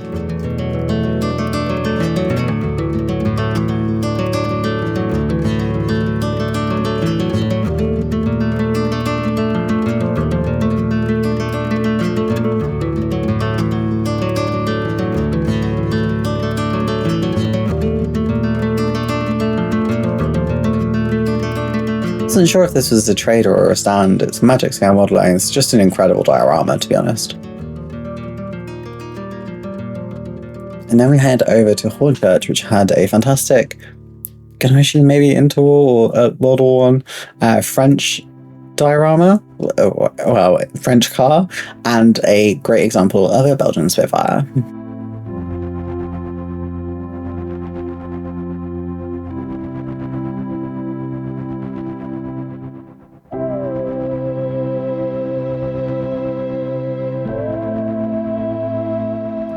West Midlands Police Scale Model Club up next. Went to the Blue Lamp show last year. I don't think I went this year, unfortunately. And a friend of the channel, Sully, I'm sure you all know Sully from their chipmunk that had a bird's nest in it, and their sea king that had a chicken coop. And there is one of their models, which is the gannet that's all rusted and worn down and covered in all sorts of grime. Overall, though, their stand is amazing. Really good sort of just variety on offer, and again, the quality of workmanship here is just outstanding.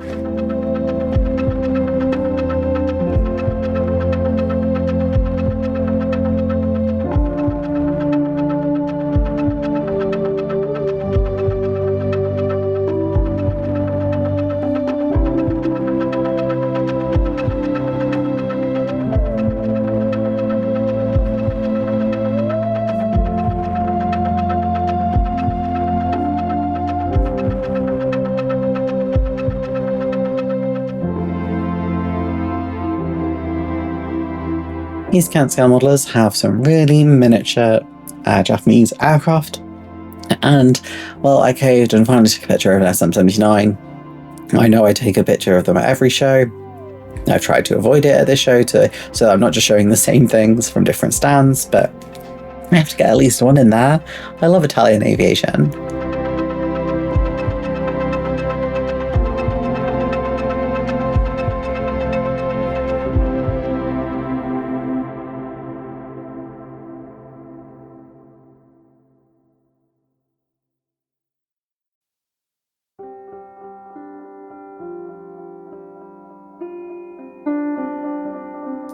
Some more Warhammer from South East London at the back there. Really like the neck ones that had on this stand. Also, another little Diddy Nimrod here. It looks so cute.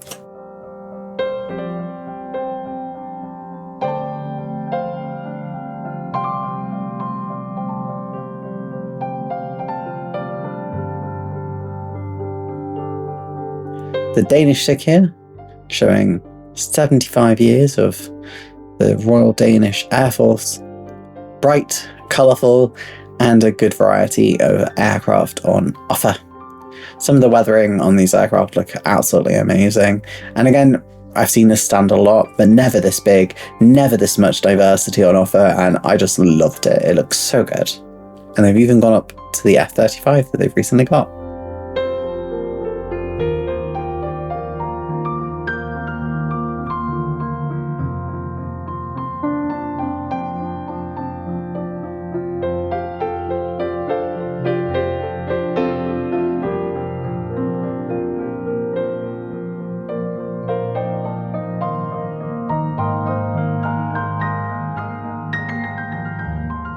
The Italia SIG, similar to the Danish SIG, is, well, Italian aviation. This inspired me to buy a P108 last year. And they've got the T200, the Italian proposed fighter jet. Just so much on offer here.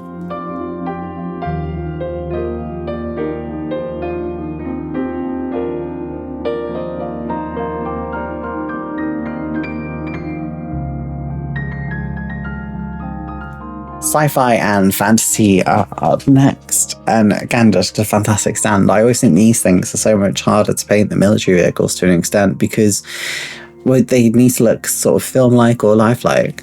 It's something I always struggle with, but they did such an amazing job.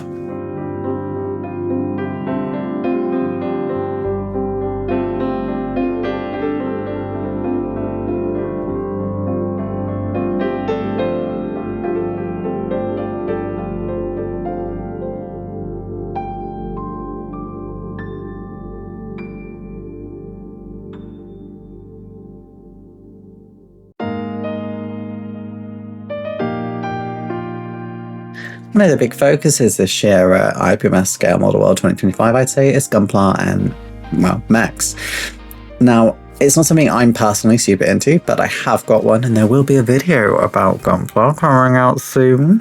But my partner does like Gunpla, and I have watched the first season, or the first series, I guess, of Gundam, and we started watching the sort of follow-up second series, but not got quite through it yet. I will say I put a few bits of that one together at the show, and I did enjoy it. So maybe Gundam is something I'll get into, but we'll see. But it's definitely like here now, like it's definitely within the modeling scene and is going increasingly more popular. And I guess following up from that is the Hong Konger Modeling Club. They come every year now, and such a like bizarre set of models, I'd say, and I say that in a good way. Like, who would have thought of showing off fire engines and ambulances? But they look amazing, so cool. I assume these are sort of 3D printed resin, and then they have a load of Gunpla as well. So cool.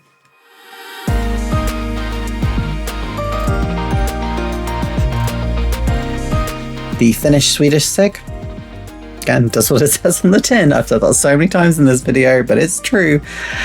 I try to be a bit careful about what I take pictures of here, because I know YouTube can be a bit funny about the old Finnish markings, but I really love the Ju-86 in Swedish service, and yeah, overall it's just a really fantastic stand. The Draken and Nat here look really cool contrasted against each other too, and this B-17, which is an iconic aircraft within Swedish aviation.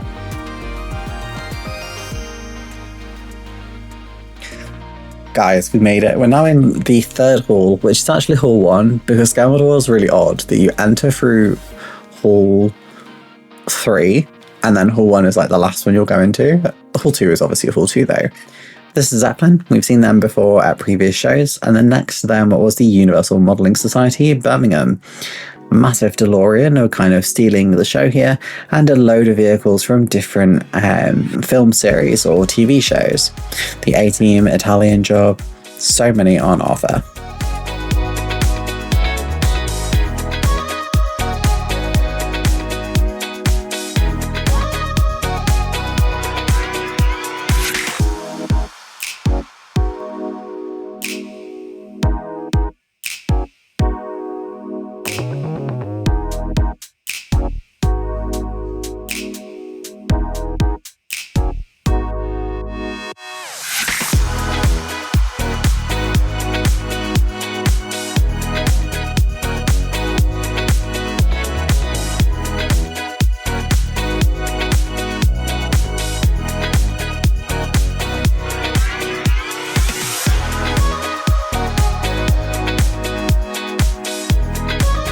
The next two are vehicle focus, Russian wheels and tracks, and modern British armour.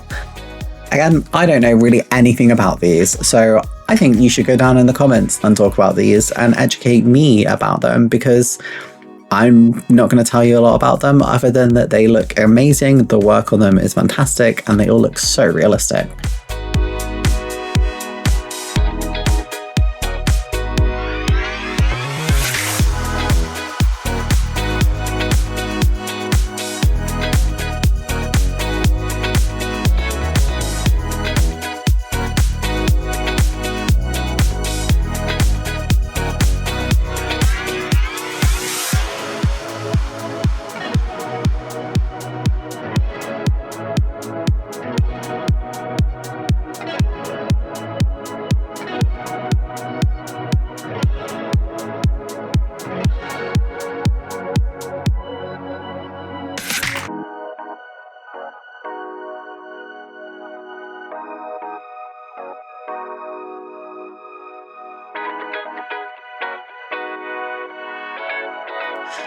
Wolverhampton IPMS does kind of fit into that narrative as well, it seems. I didn't see this managed Civil War SIG at the show this year. Whether or not I've just missed them, I really hope I didn't. But they normally are quite close to the Wolverhampton IPMS SIG, so I'm a bit sad I didn't see them. But either way, they still had fantastic array. It's just a lot of tanks that I don't know too much about, particularly because they had a focus on Israel. IPMS One Born up next, and look at the Tucano, the lest we forget Tucano. Looks fantastic. And this large-scale 124 Spitfire with the engine fully exposed for you to explore. And then you think you're done, but look, these dioramas, they just look so amazing.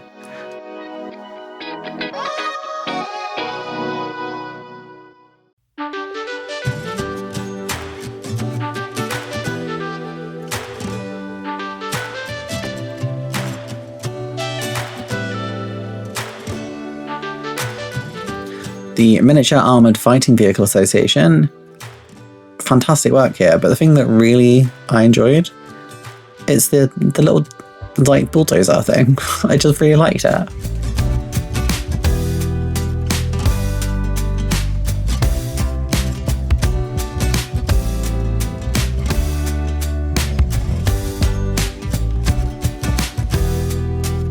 IPMS West Cornwall, wow, look at that CF-18 Hornet in Canadian service there. And they've got a load of F1 cars, which again, not something I'm interested in, but they look so good, so shiny and realistic. And these two airliners at the back from Wizz Air and TUI, I really liked them, just because they're a bit unusual, you know?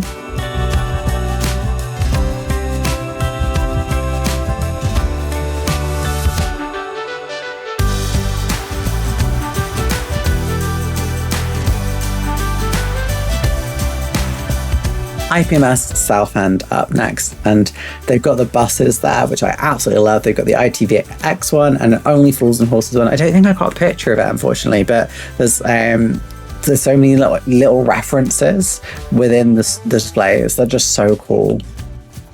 Obviously, the thing I think stole the show here was the aircraft carrier. So I have gone and got a close-up view to really, really appreciate them, because the work on these is phenomenal.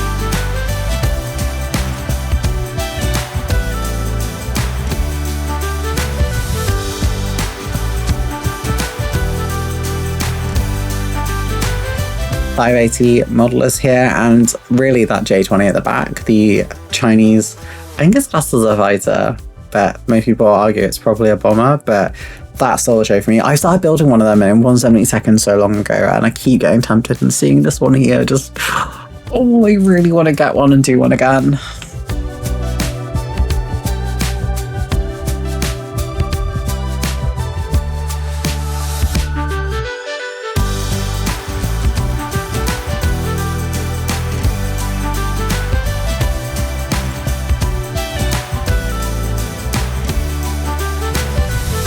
IPMS Tyneside had some really unique figures, and I'm not saying this to be mean, but like seeing the horse riding one without a horse underneath, I like the work on it is amazing, but it also sort of just brought a smile to my face because it's like invisible horse.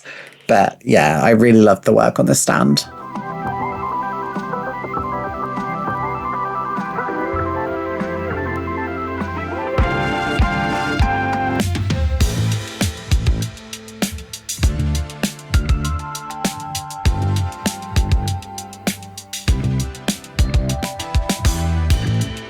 Black Rifle Model Club here, and again they also have a YouTube channel, so please go and follow them, show them their love, because I mean, look at the work on this stand. My understanding, this is a sort of digital model club, so it might be something you want to get interested in so that you can sort of make models with other people and just have that social aspect. There's quite a few model clubs that are online these days that you can go and find, so I would thoroughly recommend checking it out if modeling is something you're interested in but you just don't want to do it on your own. Alternatively, there are obviously podcasts that are out now as well, and there's actually one done by IPMS now, which we'll talk about in the IPS interview coming out later this week.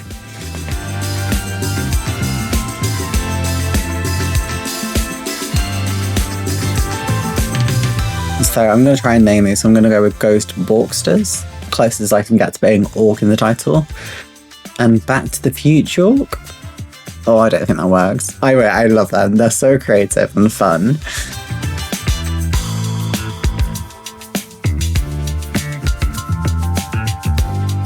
Push up next, and what Stella showed me was like two such contrasting things. So it was like what looks like an anti-aircraft sort of Walker Titan, and then this really little diddy sort of I can't remember the name of the aircraft. Is it SB2Cs? But they're just so diddy. And so I think this is the Seamew, isn't it? Either way, I love it.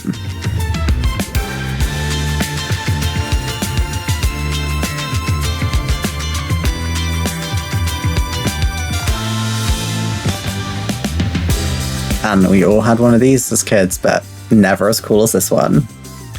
Southwest Aviation in scale up next, and look at the yellow. Wow. Yellow is such a hard colour to spray, so that just shows how great they are.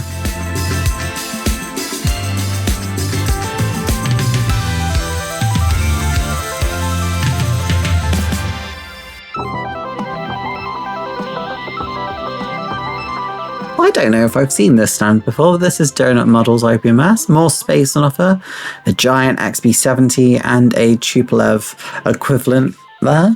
At least I think it is. I think it's based on the Tu-144. There was going to be like some military versions. Some amazing F4 Phantoms in Turkish liveries there.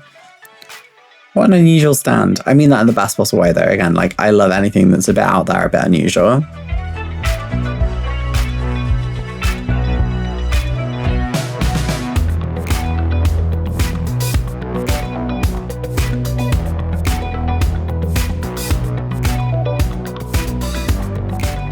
IPMS Southampton showing us the finish line with their racing sets there, and then an amazing Lightning and F-15.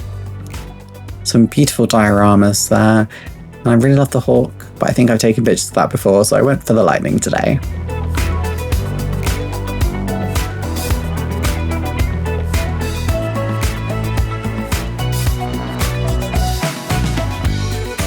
Romsey Modelers had this really unique C4 in Lithuanian colours, and the texture of the fabric just looks so realistic, and also like just a really unusual subject, so I think that really stole the stand for me.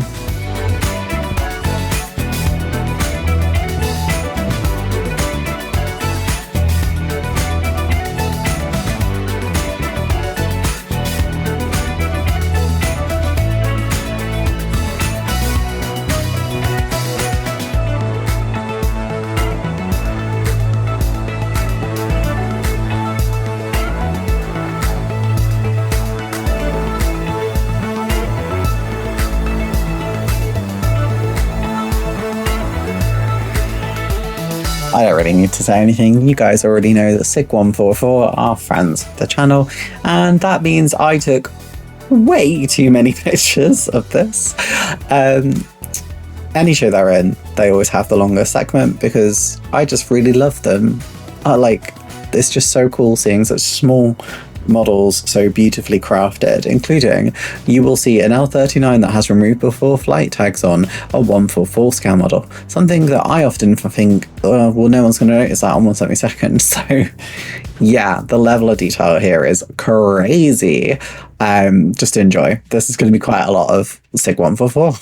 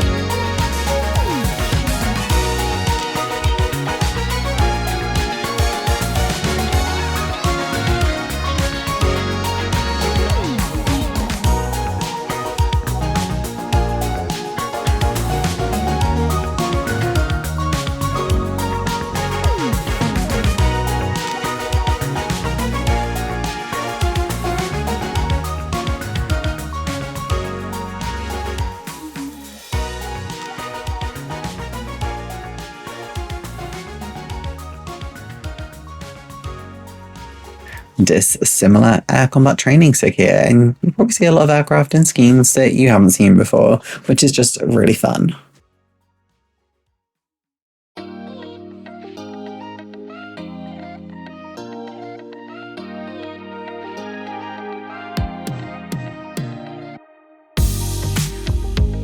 IPMS Plymouth scaring us all with the xenomorph from Alien right at the back there. Honestly, the goo on that just looks so realistic, it's so good.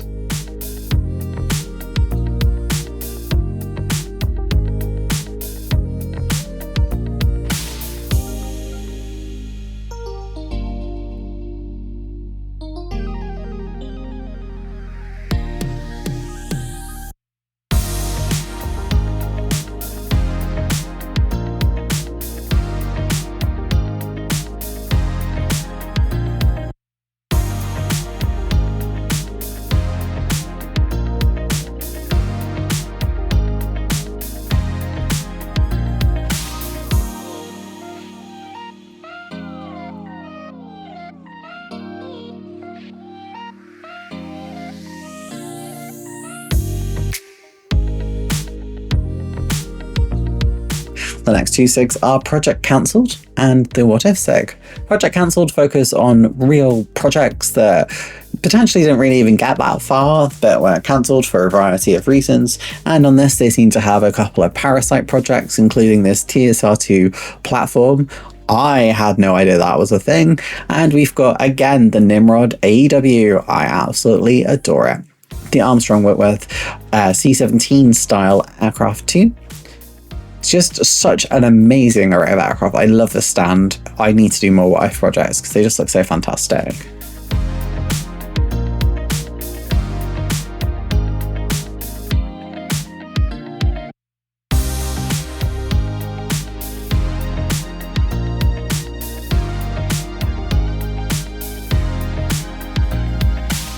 Speaking of what if projects, we've now got what if, which is a bit more broad in that it can be just kind of anything. So what if something got further development? What if some project had just been made? What if I just make something completely from my imagination, such as this Indian TSR2 or this Japanese Tornado?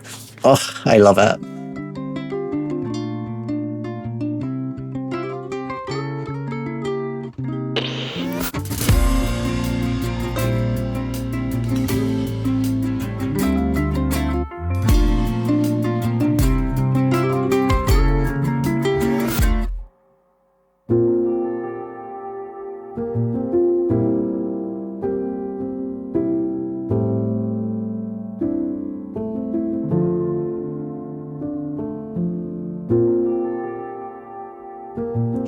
Coventry and Warwickshire celebrating their anniversary, but guys, we're not sure which anniversary it is.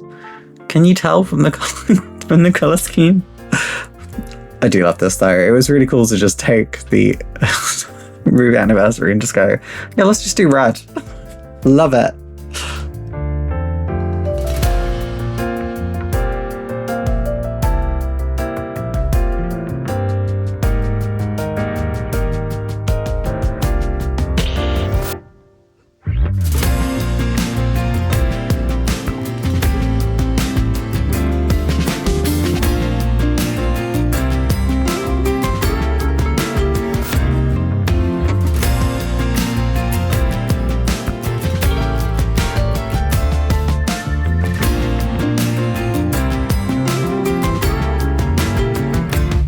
Scale fanatics here and Firefly. Oh, I mean, it's Serenity from Firefly or from the movie Serenity as well. That I just love it so much. I love it. Love it, love, love, love, love.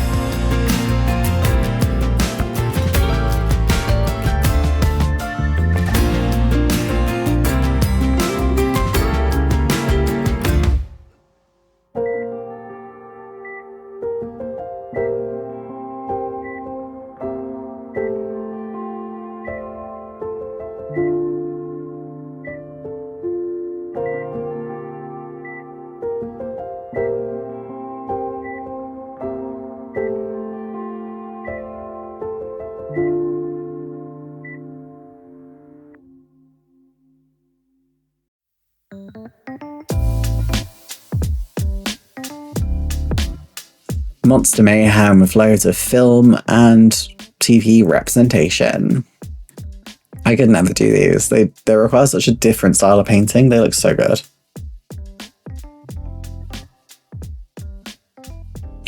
Mercia up next, and there's a Romanian Hurricane and a beautiful RAF EC-10 at the front. Ugh, great.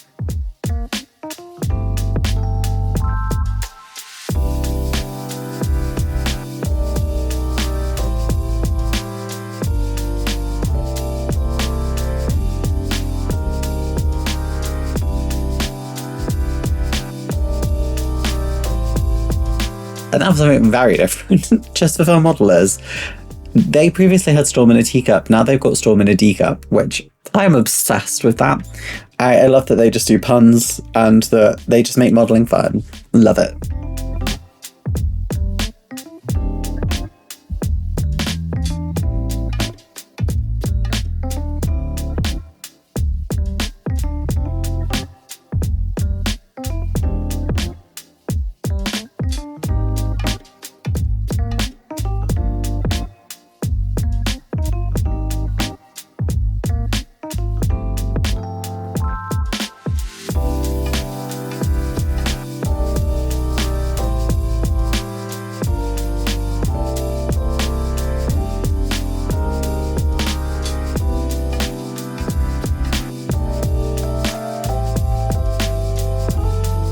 How can you not just see that SO diorama and just think, wow.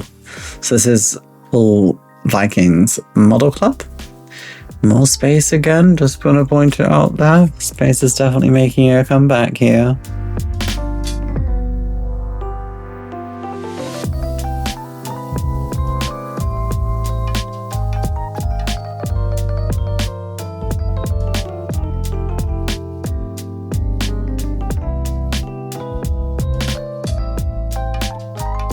And then we have pool scale modelers, and I have a lot of RAF gliders, which I think is cool. I've actually got one to make in 1/72 scale, actually similar to one you can see there.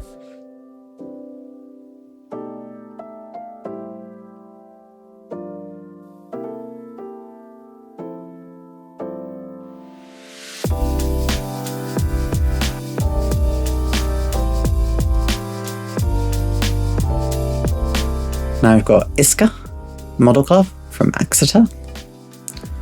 The SU-27s on this stand and the variants just look so good. I've not built one before, but it's, again, like, this is what I love about model shows, is you just see these things built and looking so incredible, and you just go, should I build one of them? And I'm gonna have to add one to my stash at some point. Again, this Red Bull Spitfire just looks so cool.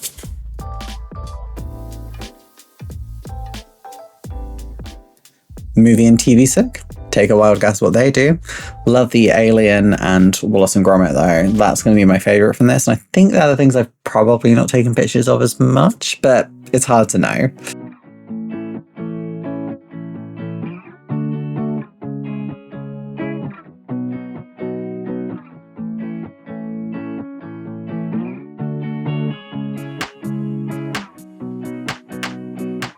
Much like earlier with the military vehicles, I don't know a lot about cars and motorcycles, so I'm just not gonna rant and ramble through this. I'm just gonna let you enjoy it, because whilst I do not know anything about cars, I can appreciate fantastic models when I see them, so I hope you can too.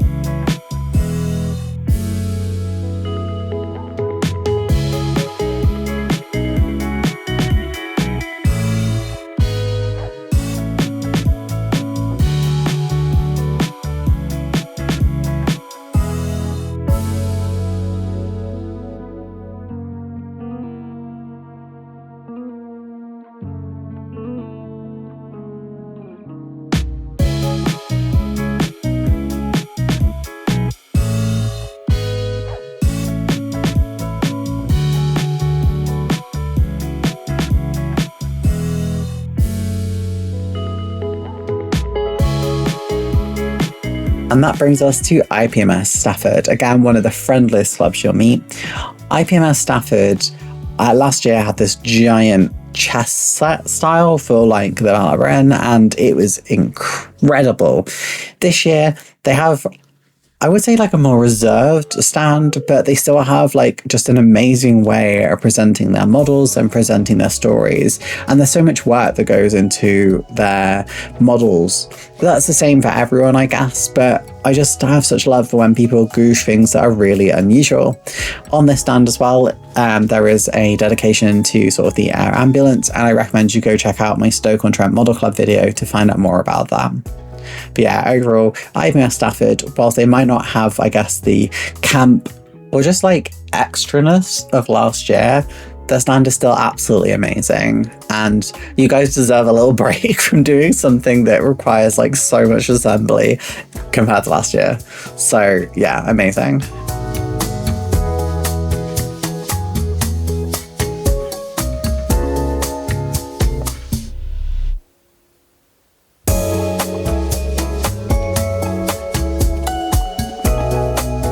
The Truck SIG is also something I know very little about, but I always want to make sure that I feature all the modelling that I can, because there is someone out there that needs to know that this sort of modelling exists. And whilst I don't know anything about trucks, I can still appreciate again the hard work that goes into building them. I particularly like that yellow one there with the sort of tarp over it, because it just looks so amazing and realistic, like I'm about to drive past it on the road.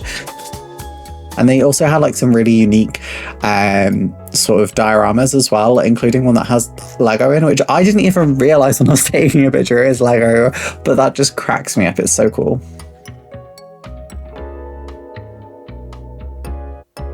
Much like the previous ones, I'm not going to rant too much through this because I don't know anything about cars, but please enjoy Road and Track.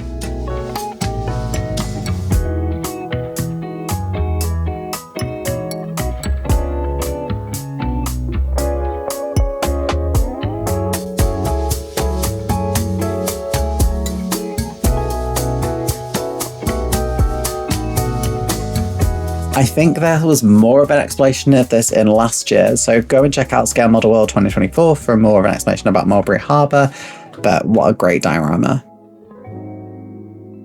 Fenland and Spalding up next, and they have sort of what can only be described, I think, as like a Meccano plane, and then they have this sort of diorama of like troops and vehicles going under a bridge and a plane sort of just flying past them. It's just so cool.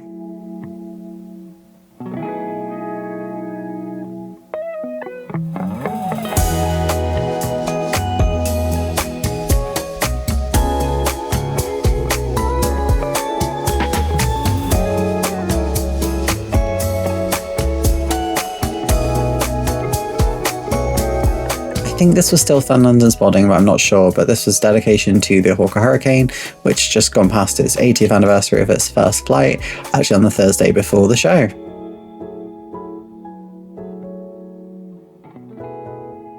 We then head over to Phoenix Modelers and Gunpla front and centre.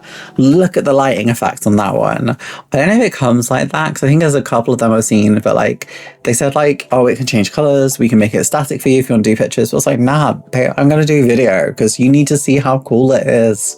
I don't even like Gundam that much, but it just looks so stunning. And then this one sort of pulses, so it might seem like you're sat here for a while because you're just going to get mesmerised by it.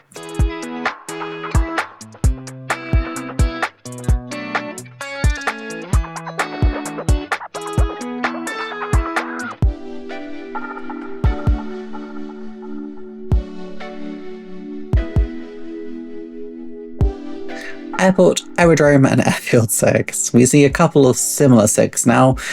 So airport, airliners.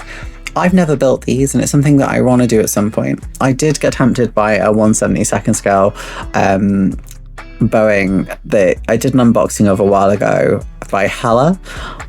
Let me know in the comments down below if I need to go back and revisit that, because I feel like I should, but it also just terrifies me. In between that though, we've got the aviation diorama SIG. I really love the stand, I love a good diorama, and I think the Gulf War one right in the centre there is probably my favourite, so we'll get a close-up of that.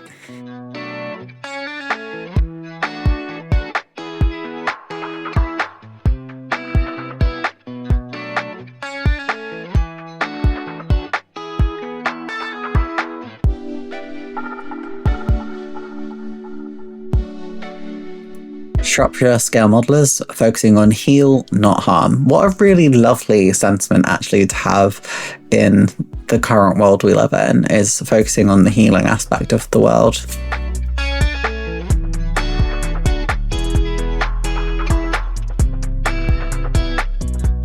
Night Fighters.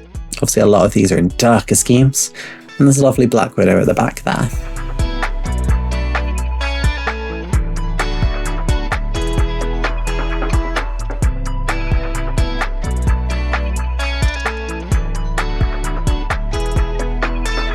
Where's Beck now? And they have one of the most colourful sort of stands here. Look at the black bear there. Just, and then absolutely packed with vehicles, and they've got the beautiful Danish dragon. Just fantastic.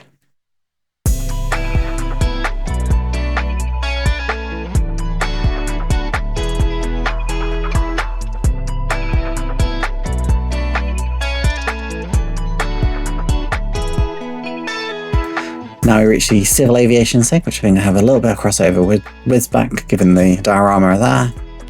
Again, this is a lot of stuff you probably don't see that often, so really nice to see this, including that trident.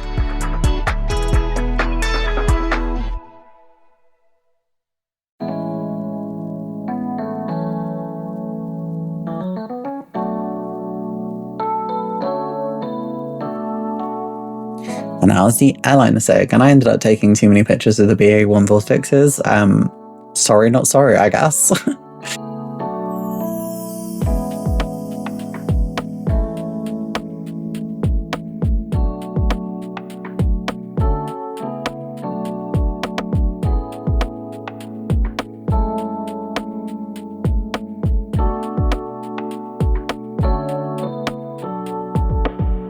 Another content creator here then, so it's Mac Models.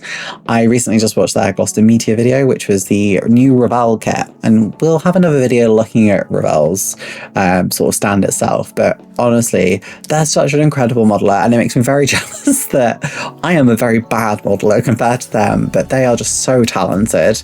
They deserve all the success that's coming to them, because wow, their work is just so good. West Suffolk with a couple of tiger schemes front of the stand there.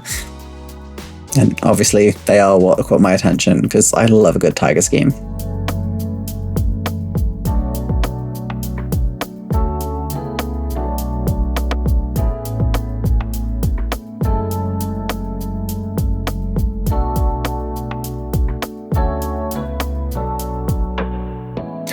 Ipswich had a Robin Hood diorama. Not something I think I would have seen, but just looks so good and unique, so I had to get a really good close-up of that.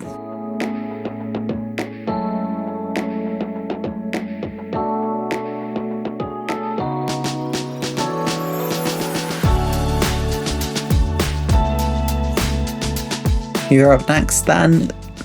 Really like their crashed Hurricane diorama, and the N346 Master at the front looks really clean, and we're going to see so many more of those flying at air shows, particularly as the new mount of the Flecce Tricolori.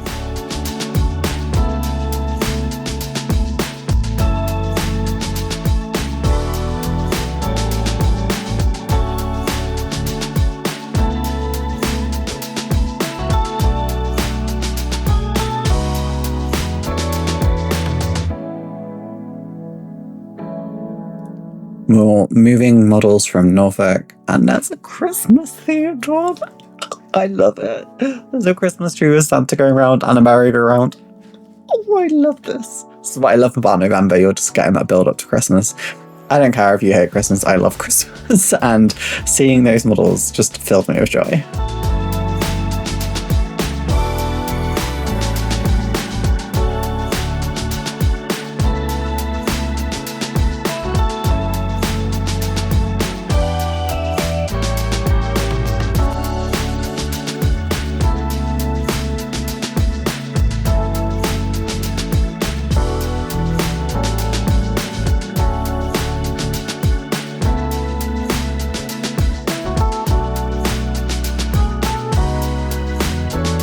Designed, printed, painted by GI Troopers. This is a really unique stand, actually, and a heavy focus on Star Wars. Just amazing. I could never paint this well. Like, oh, so talented. Sutton Coldfield had an amazing looking hawk and sort of like this beetle warrior. I don't know really what to call it. It's really cool though. You'll see it in a moment.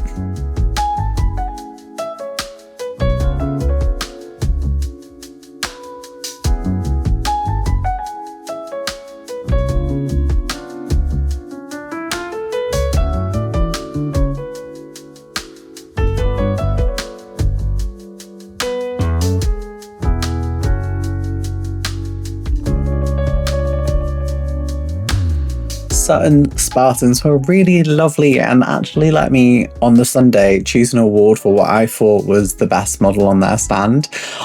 So much pressure in a good way. I was really honoured actually to be able to do that. So I did actually film me putting the award down, so you'll see which one I chose. But their stand is just so diverse. massive submarines, loads of natural projects as well. So like there's one with sort of a large wildcat and a polar bear one. The wildcat one actually has cat hair that's fallen off a cat that they've just used as part of the model to get texture, which I think is so creative. And I do love this EAP demonstrated. This was a close second actually for my favorite thing on the entire table, and this was like my third. It was so hard to pick, but you'll see shortly who I pick.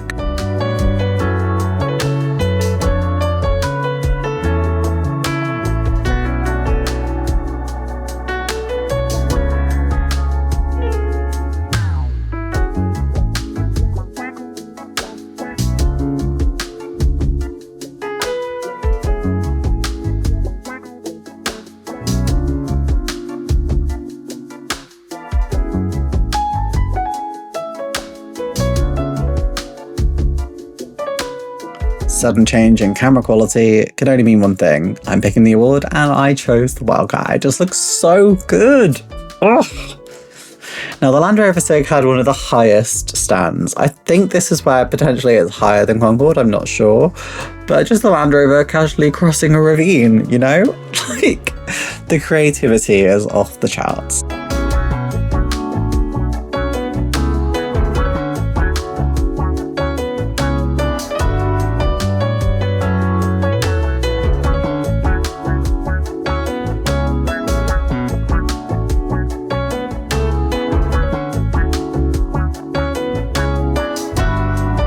You now see two quite similar SIGs, which is the NASA SIG and spaceflight SIGs. I know nothing about space stuff.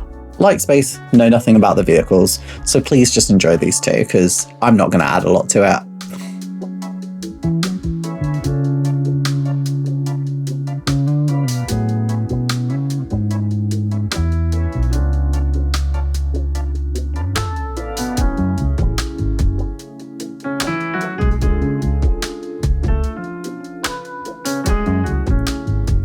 We then go back to the future with Aldingbourne and also see a deconstructed tank, which I thought was really unique.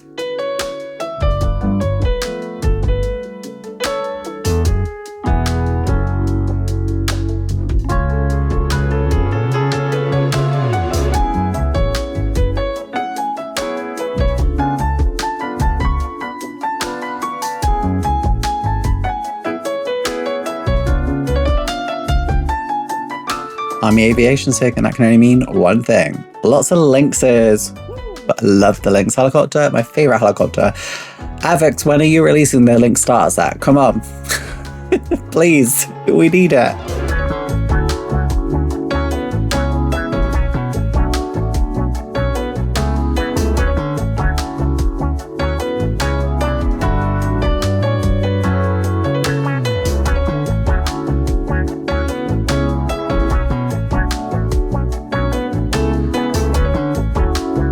Rutland had some really cool little, like, I guess, Toon style tanks, and HS-129 in a desert setting.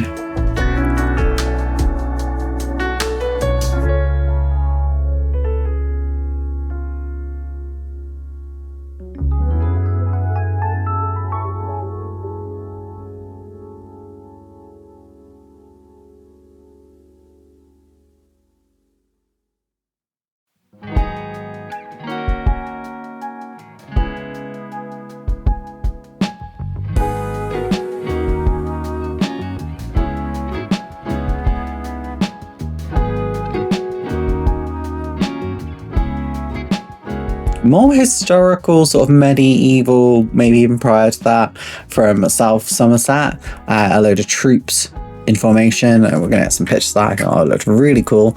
And then just sort of generally really high quality aviation. Like, I'm so jealous that these people can do these different styles of modelling so well.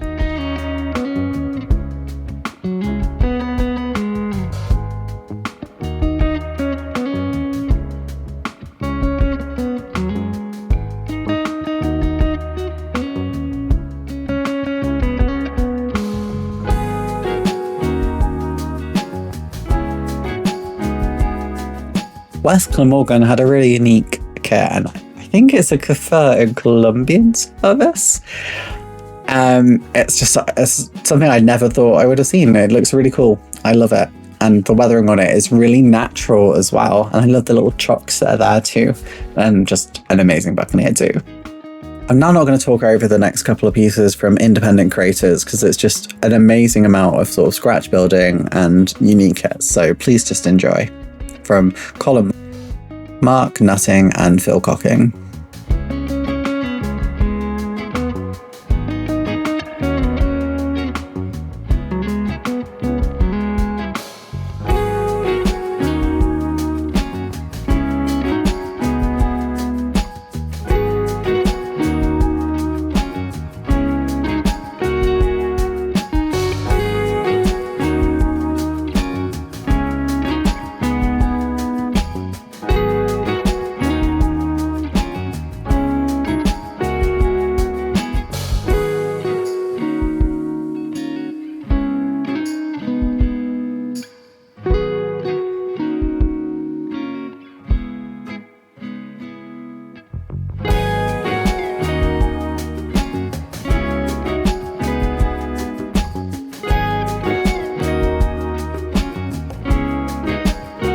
IPMS Lincoln doing their best pay-to-win skin from War Hunter here, having a tank covered in shrubs.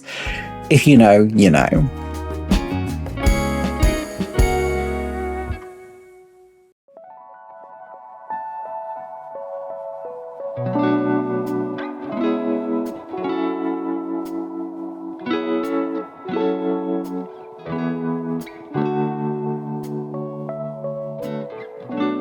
Newark Model Club having a fantastic example of a World War I tank there, and some battleship armaments.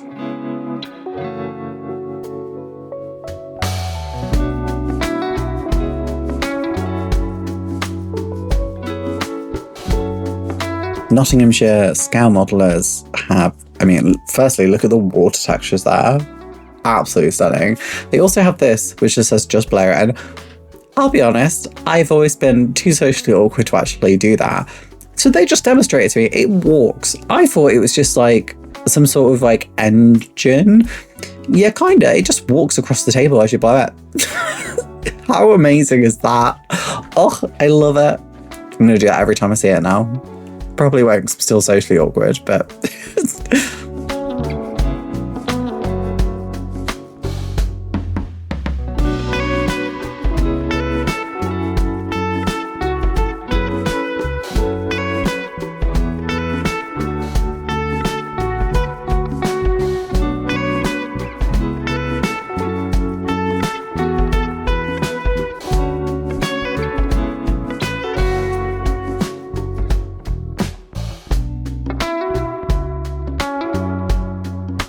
Great Wall SIG up next, representing World War I, something that is, gosh, over 100 years ago now, which is mad to think about, especially seeing as we have so many replica and I guess maybe some original biplanes still flying. Still love sort of the vignettes that they have at the top. So I did take a picture of I just chose a random one really. Yeah, love the stand, so much history on offer. Not as many dioramas, I guess, as they have had previously, but that's cool that they've sort of tried to swap things up a bit.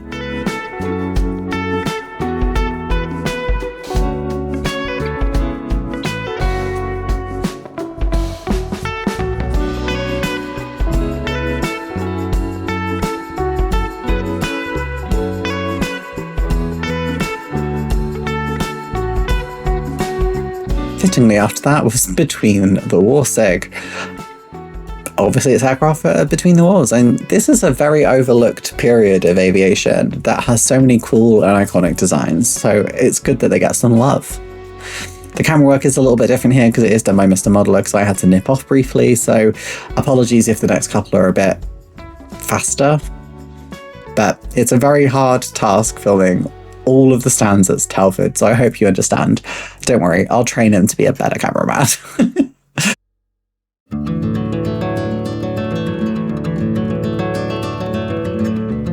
We now head to the Mediterranean Theatre of Operations SIG. This had a focus on the Balkans complex, so you're seeing a lot of aircraft from airarms you may not have thought about, such as Yugoslavia, Croatia.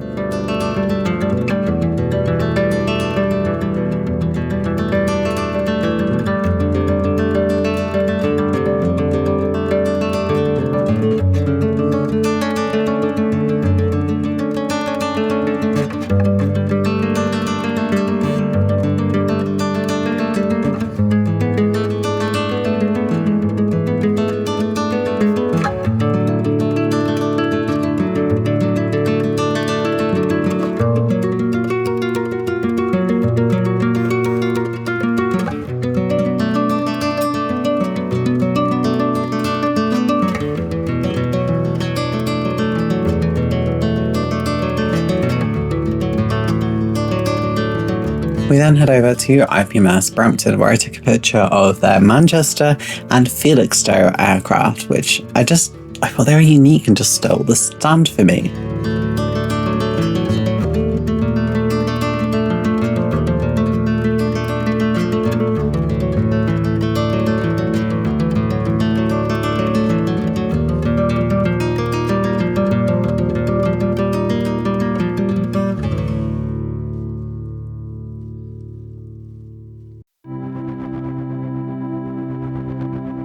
Supreme Acts of Valor SIG is definitely one you need to see in person so you can read each of the incredible stories associated with each of the displays.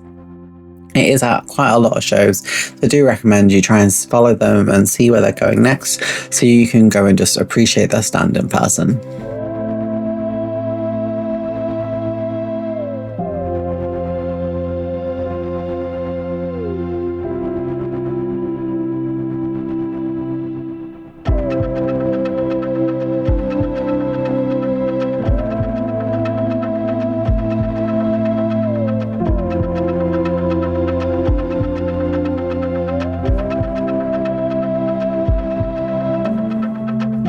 Under new management looks at aircraft that are not serving with the home nation they were created in. For example, there is a Portuguese Spitfire there, Spitfire originally from Britain, but under new management in Portuguese service.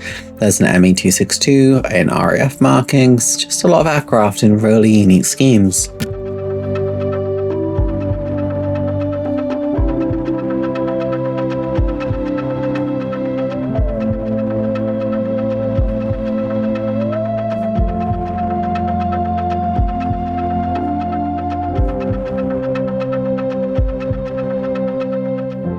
Have you ever seen a meteor shower?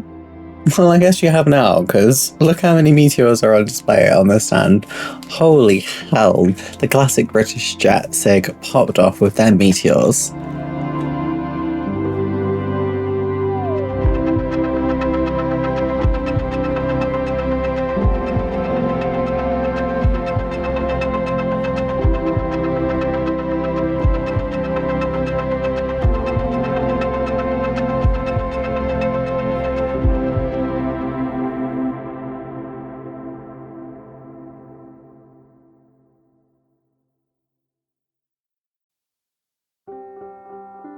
Another one that focuses on an area that is often neglected within modelling the Latin American aviation SIG.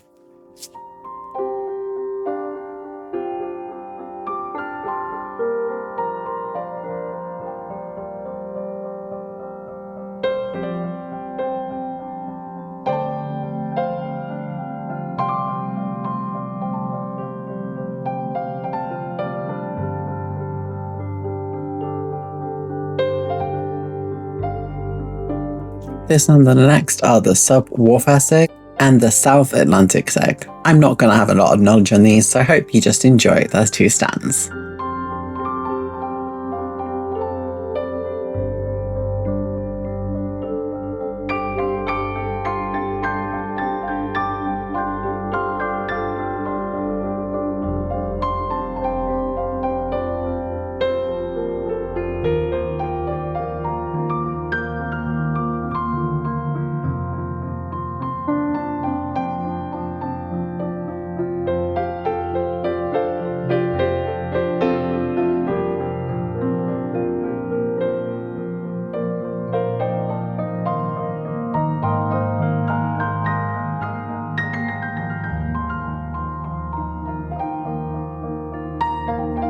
Wrexham wings are up next, and you can see that we're approaching the edge of the hall here, so we're getting very close. Love the anti-air fire there, like it just looks so good.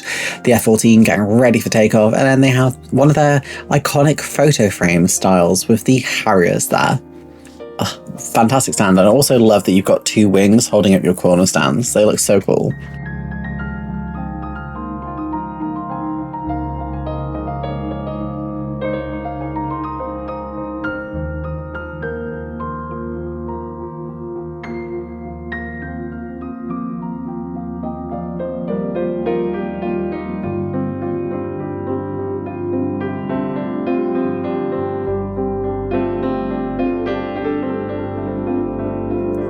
Modeler Idragok. I'm hoping I said that right. Red Dragon modelers here. What a pack stand. And I did try and take pictures of things I don't think I've taken pictures of before, but it's so hard to remember whilst I'm at Telford, so I'm sorry if I took pictures of the same things. Love this sort of Walker World War II alternative history. Then we've got the tank from the early Star Wars films. Lovely little fishing vessel here as well. The rigging on this just looks so perfect. And this miniature A-Wing series.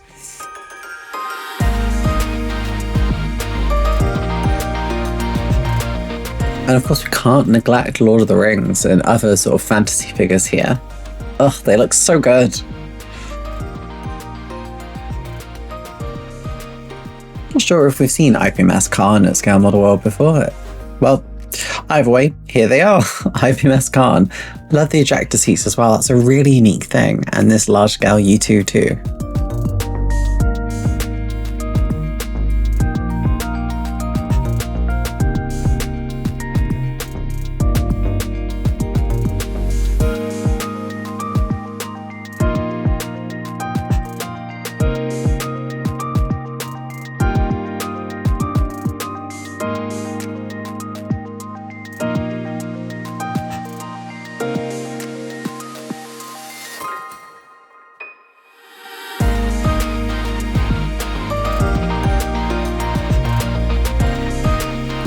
The MiG SIG with all sorts of unique styles of MiG aircraft and some prototypes too.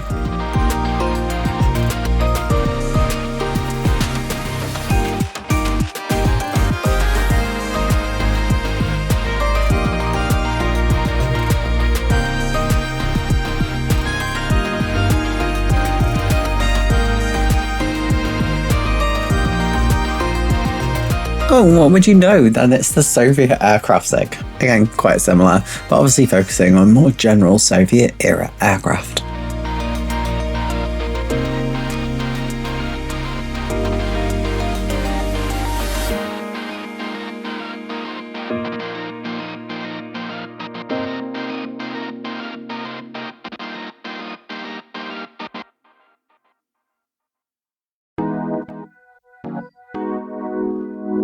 This was competing for best stand, and like honestly the texture work on the clouds looks so good, and it was really hard for me to pick which one I thought was my best stand, but really Wild SIG I think just slightly tipped it just because it was something so different. But this also was really different. They named it Raining Cats and Dogs. What a great stand, really cool. But yeah, I really loved the Whirly Wild SIG, but this was a very close second. Really cool display.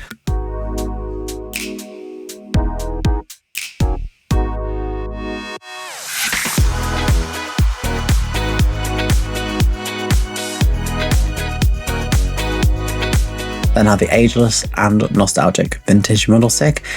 The farm and zoo in the middle, stunning. Like, what a sleigh, what a moment.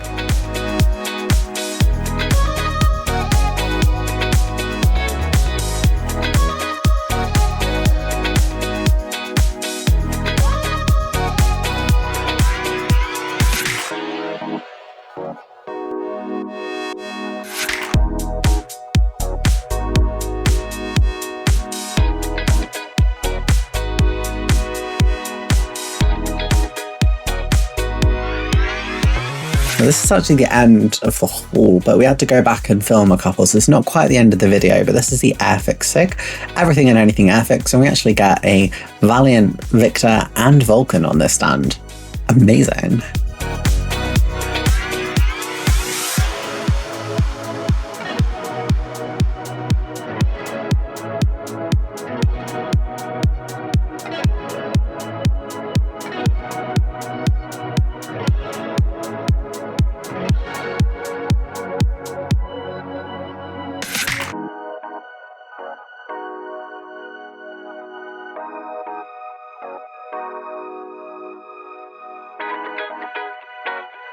Now, this is actually in the first hall you enter. One of the competitors for the best stand again is IPMS North Somerset, which they had a bee themed, which It's not something I expected, honestly, but be positive, be grateful, believe in yourself. Love it, love it, love it, love it.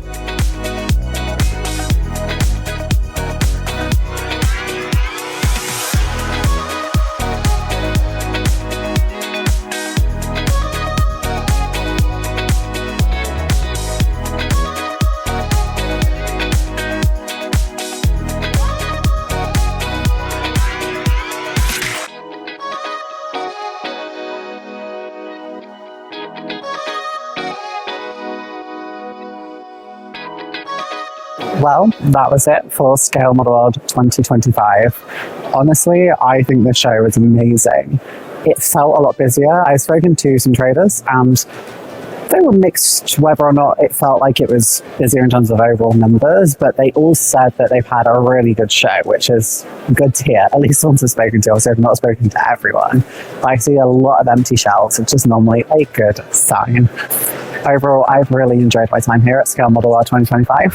Thanks again to IPMS for providing me with a pass so I could get in on the Saturday, and I've used my IPMS membership to get me in on the Sunday free of charge. So if you're not a member, remember you can come both days. That's completely free, just as a part of your membership. And if you're not, well, the prices are on the website. Next year is set to be an even better show than this year, and it's going to be held here again at the International Convention Centre at Telford. So get ready, guys. It's coming. And make sure you're subscribed to the channel to see my other videos. And if not, I guess I'll see you next year. Bye. A shout out goes to all of my subscribers and members, but a special shout out goes to my Advanced Kit Lover members, which includes Bobby G, Bob and Genevieve Albridge, Dafty Duck, David Barber, Jeff's Dioramas, and my two longest subscribers at this level, Explosive Water and Crazy Locha. Thank you so much all for your support. And if you like what you've seen here today, make sure to subscribe to the channel to be kept up to date with my latest and greatest videos. And there's a recommended video here just for you. Have a good day. Love you. Bye.